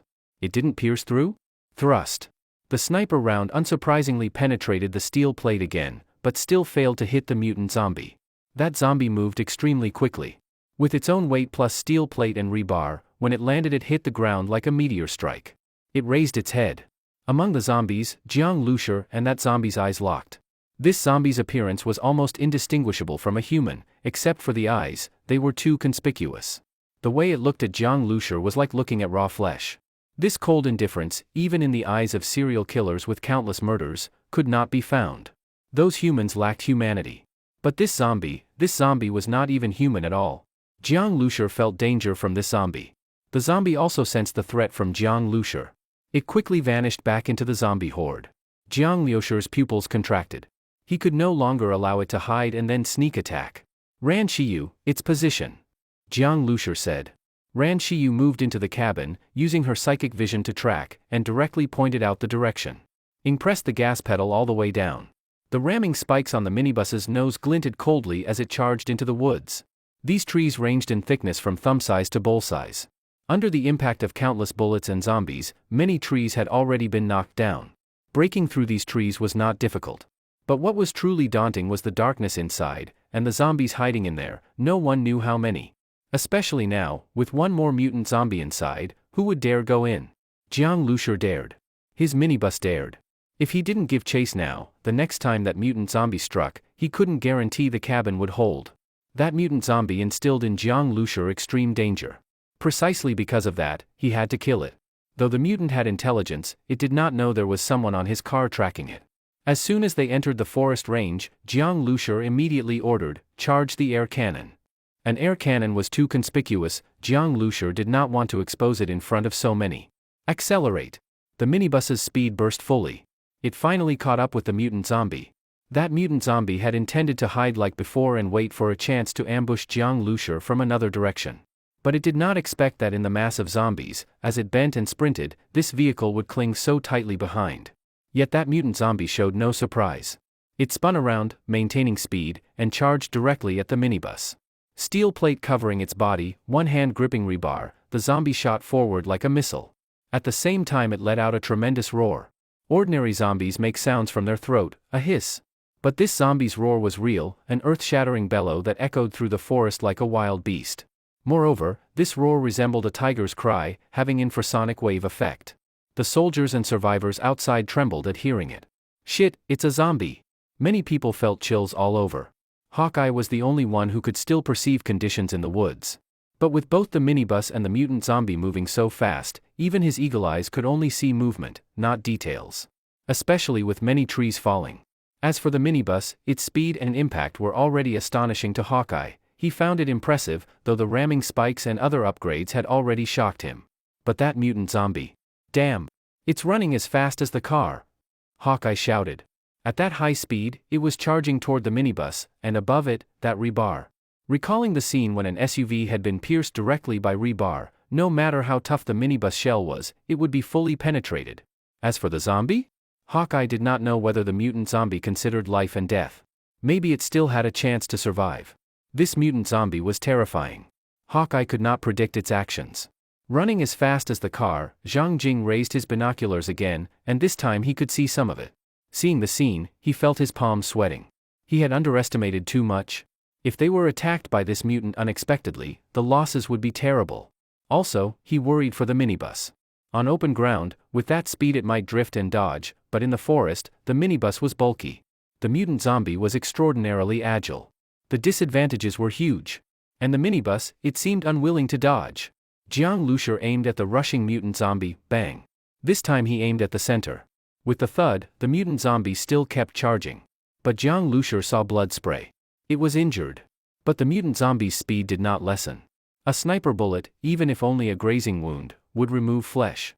But for a zombie, that kind of damage meant nothing. Jiang Lushur did not know whether zombies had evolved, like bloodline evolution, gaining powerful regeneration. He had seen injured zombies get eaten quickly. Given zombie physiology, it was entirely possible. The speed was too great. Jiang Lushur had fired just one shot, and the mutant zombie was already 20 meters ahead. At such speed, 20 meters was meaningless.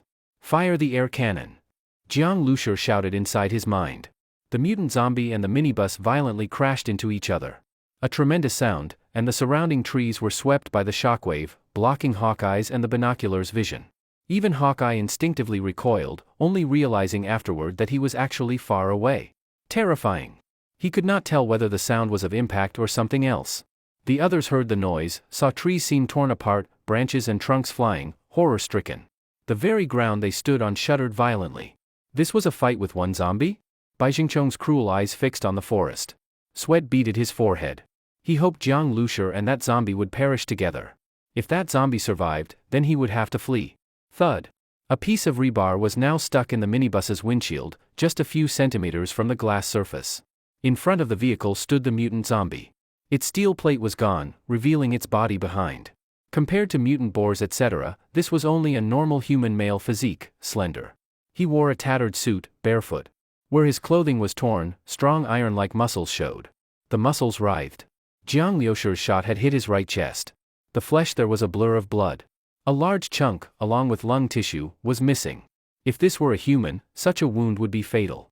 But for this zombie, the wound had already stopped bleeding. Its eyes were cold, fixed on the minibus. Behind the windshield were driving Ran Xiyu and Jiang Zhuiying. Jiang Zhuiying braced her whole body, ready to discharge electricity. Just then, blood flowed from the mutant zombie's eyes, ears, nose, and mouth. It had not been killed by the sniper rifle, but before the air cannon, its internal organs had been damaged by the shock. The wound that had stopped bleeding reopened, flooding out massive amounts of blood. Yet that zombie could still move. It gripped the rebar. With a step forward, thud. The sniper rifle fired a long muzzle flash. The zombie's skull exploded like fireworks. That zombie's death was clearly witnessed by Hawkeye, Zhang Jing, and several others holding binoculars. The zombie took one step, then suddenly stopped. The headless corpse stood quietly. And the barrel that protruded from the turret still smoked at the tip. At this moment, Hawkeye couldn't help but swallow hard. This thing was killed just like that. Zhang Jing's face was full of shock, but as the commander, he quickly recovered and shouted loudly, "The mutant zombie has been killed by the Shering squad. Victory is right in front of us. Everyone, go all out and kill the remaining zombies." As soon as the mutant zombie died, those steel plate zombies all trembled, then dropped the steel plates in their hands. Those steel plate zombies, and even the ones that had thrown rebar before, were all under the command of that mutant zombie. Now that Jiang Lushur had killed it, they no longer knew how to use the steel plates. Without the steel plates, they became ordinary zombies again. In front of the army and survivors who had regained their confidence, they were no longer any threat. It had to be said, the army's combat quality was indeed stronger than that of the survivor squads. Even though they had just experienced great shock, their attacks didn't lose order at all, and they even continued to cover Jiang Lushur and his team. Many zombies were once again drawn back into the forest by Jiang Lushur's minibus. The army immediately turned its firepower toward them, focusing its fire and taking them down. The captain of Dragon Leap Squad quickly made a decision. He led his team to charge out once more, swiftly harvesting the zombies' lives with the army's cooperation. Bai Jingchong hesitated for a moment, then shouted loudly, "Gale Squad, listen up. Follow me and kill zombies." He turned his head and saw that the burly man beside him was staring blankly toward the forest, as if he still couldn't believe that the mutant zombie had really been killed by Jiang Lushur. Damn it! Bai Jingchong almost wanted to kick the man off the vehicle. The more he looked at him, the angrier he got. Didn't he say the Shering squad was done for? And now? Bai Jingchong's mind was full of lingering fear. Fortunately, there hadn't been any serious conflict between him and Jiang Lushur.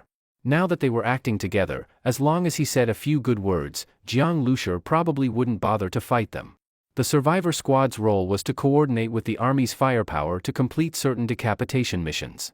Earlier, Zhang Jing had been quite satisfied when he saw the performance of Dragon Leap Squad and Gale Squad, but after seeing Shering Squad, he finally understood what a real decapitation strike was. Compared to that, Gale Squad's efforts no longer impressed him. In the forest, when Ran Xiyu saw the mutant zombie's head explode, her delicate face turned pale, and her breathing was still a little rapid. She had stood in the driver's cabin, watching the mutant zombie charge forward, watching the rebar suddenly appear as a dark, piercing point before her eyes. The double shock, spiritual and physical, made her heartbeat stop for a moment. But in the next instant, it died. Ran Xiyu felt like she was still dreaming, until Jiang Lushur came down from the combat cabin carrying the sniper rifle, and only then did she come back to her senses. This gun is really powerful. Jiang Lushur held the sniper rifle, very satisfied with the performance of the AMR-2. Compared to the Type 81 rifle, the AMR-2's power and penetration were far stronger.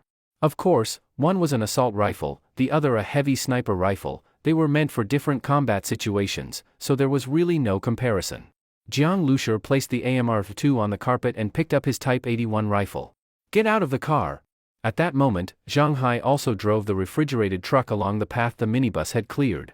During the battle with the mutant zombie, they hadn't done anything. If they had faced that thing themselves, they probably would have been killed in 1 second. So they had sensibly kept some distance, afraid they'd only drag the minibus down instead of helping. Only after the mutant zombie's death did they hurry to catch up, helping to cover and clean up the nearby zombies. Jiang Lushur got out of the car with his Type 81 rifle, alongside Jiang Zhuiying, while Ling also jumped down from the driver's seat. Then the car doors closed. Ran Xiyu quickly walked to the window, watching Jiang Lushur and the others while opening her psychic vision to monitor the surroundings. After taking down a few nearby zombies, Jiang Lushur quickly approached the corpse of the mutant zombie. The body had already collapsed heavily to the ground. After death, the intimidating aura it had radiated disappeared completely. But something made Jiang Lushur's eyebrows twitch. He noticed that one of the zombie's ears looked completely different from the other.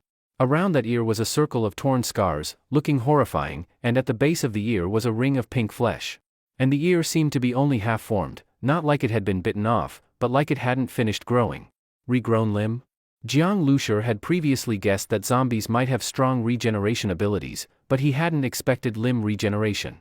Some animals already had this ability even before the apocalypse, like geckos or octopuses. When an octopus's arm breaks, its blood vessels constrict and close on their own. After 6 hours, the vessels start to reopen. By the next day, when the wound is fully healed, a new arm begins to slowly grow out. But humans don't have that ability, and yet this mutant zombie did. Successfully hunted a level 1 mutant zombie. Discovered a level 1 blood core, located in the mutant zombie's heart. Blood core? Not a mutant crystal core? Jiang Lushur froze for a moment, then frowned slightly. This blood core, like those of mutant beasts, was also located in the heart. Although this was a mutant zombie and not a human, it had once been human, after all. Jiang Lushur didn't really want to dissect a human body. But with the blood core right before his eyes, he couldn't ignore it either. He drew his military dagger, took a deep breath, and lifted the torn shirt of the mutant zombie. "Brother, what are you doing?" Jiang Zhuiying exclaimed beside him. Jiang Lushur glared at her irritably. Jiang Zhuiying immediately turned her head away innocently, then flicked her long knife out.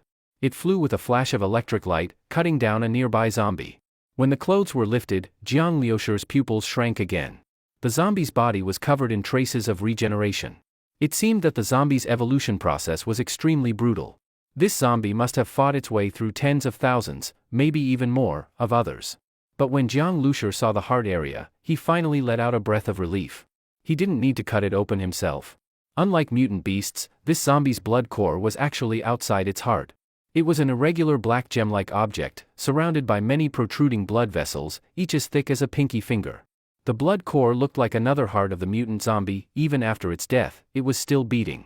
Jiang Lushur had a strange feeling. It seemed as if this blood core was alive.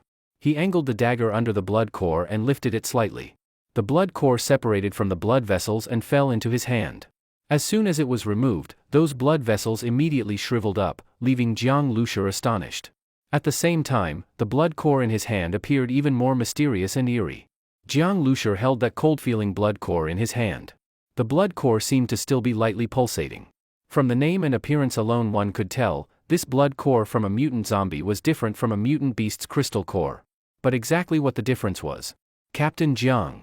With the sound of the vehicle approaching, a man's shout followed. Jiang Lushur directly passed the blood core to Ying, then turned to look at the approaching vehicle. When Bai Zhengchong was still some distance from the minibus, he hurriedly stopped his vehicle. He sensed that although Jiang Lushur and the others were just standing there, they were very guarded against the approach. Seeing Jiang Lushur and their reaction, Bai Zhengchong felt a bit speechless inside. To be honest, shouldn't they be guarding against Shuring's squad? That terrifying shooting skill, whenever someone saw Jiang Lushur holding a rifle, they would feel their scalp go cold, worrying they might also get headshot. As for Jiang Zhuiying and that cold, beautiful woman, both of them clearly were not to be trifled with. When Jiang Zhuiying discharged electricity, it had shocked Bai Zhengchong. With just Jiang Zhuiying's strength alone, she could form a good survivor squad in Zhonghai Area 1. Only in Shuring's squad she mostly supported Jiang Lushur, quietly hiding her light. As for Jiang Lushur? Bai Zhengchong looked at him with extreme caution. This youngster now in his eyes was some kind of pervert. An ability sounding so trivial, but turned out extraordinarily powerful. Strength seeming ordinary, but shooting skills unbelievably strong. You can't blame Bai Zhengchong's eyesight for not seeing it. Who the hell could see it? Captain Jiang. You must have had it rough. Incredible. A real person doesn't show off.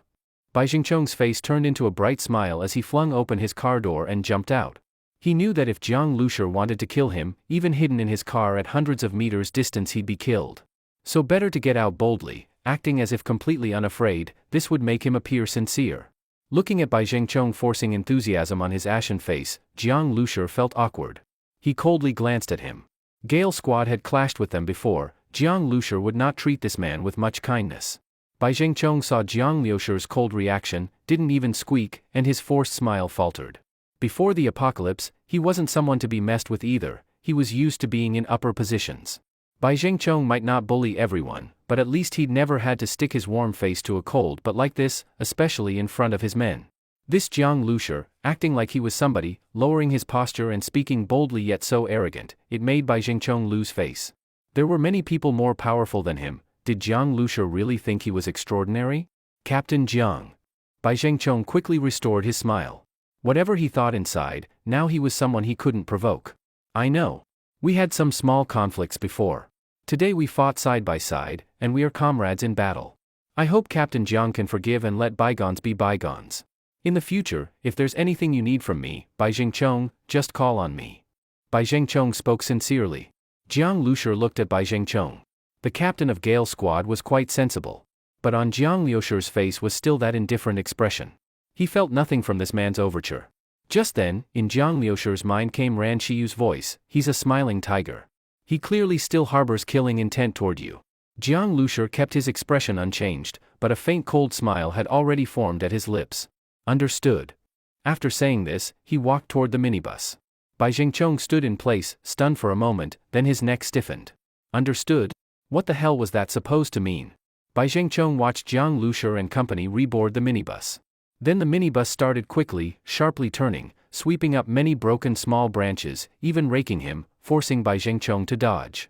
Thud thud thud. The minibus crashed through zombies back toward the toll station. Bai Jingchong patted himself, still startled, before another wave of branches and leaves swept toward him. That refrigerated truck even deliberately circled near him, the exhaust from its tailpipe blowing onto his face. Seeing the back of the refrigerated truck, Bai Jingchong's already pale face turned sallow. Damn it. Boss, these Jiang Lushi people are so arrogant, no shame in taking the face we offered, the brute cursed and muttered. Bai Jingchong glared at him fiercely, shut up. Jiang Lushi glanced via the rearview camera at Bai Jingchong and the others, then turned his attention back to the blood core in hand. Ying had held it, then it returned to Jiang Lushi's hand. Brother Jiang, you're awesome. Seeing the minibus return, Shentao immediately drove his vehicle up, leaning out the window to speak. Beside him that military officer looked at Jiang Lushi as if seeing a non-human. Haha, brother Jiang, don't mind him, he's gone dumbfounded. Shentao was very pleased. The performance of Shuring's squad proved he had not misjudged people. Though he didn't expect Jiang Lushi to handle a sniper rifle so well. The officer stared at Jiang Lushi for a long time, finally unable to hold back, asked, this. Brother Jiang, where did you learn to shoot like this? Learned after the apocalypse. How to use guns I learned from them. Jiang Lushi looked at the refrigerated truck beside him and pointed at Zhang Hai and the others. He knew his marksmanship would pique many people's curiosity, so he laid it on Zhang Hai and the others. Zhang Hai and Sun Quan were immediately dumbstruck. The officer stared at them in horror. You guys were in the military before? I fixed cars, Zhang Hai said. I used to deliver packages. In college military training I fired a couple of shots, Sun Quan scratched his head. But how to shoot? It was kind of us helping, Zhang Hai could not bring himself to say, we taught him. Not after seeing how they shot. Jiang Lushi's level, he didn't just surpass them 10,000 miles, he surpassed 100 streets at least. So you really learned after the apocalypse? The officer looked at Jiang Lushi in shock. With Jiang Lushi's level, there was no need to lie. And those two's constipated expressions didn't look faked. The officer swallowed hard. In his mind echoed two words, damn. Captain Jiang. Just then, Zhang Jing arrived in the infantry armored vehicle. Base vehicle new function activated. At the same time, the Starseed's voice also echoed. Did you enjoy the story, guys? I hope you did. Support this video with a like and a comment. I'd really appreciate it. Thanks for watching and see you next time.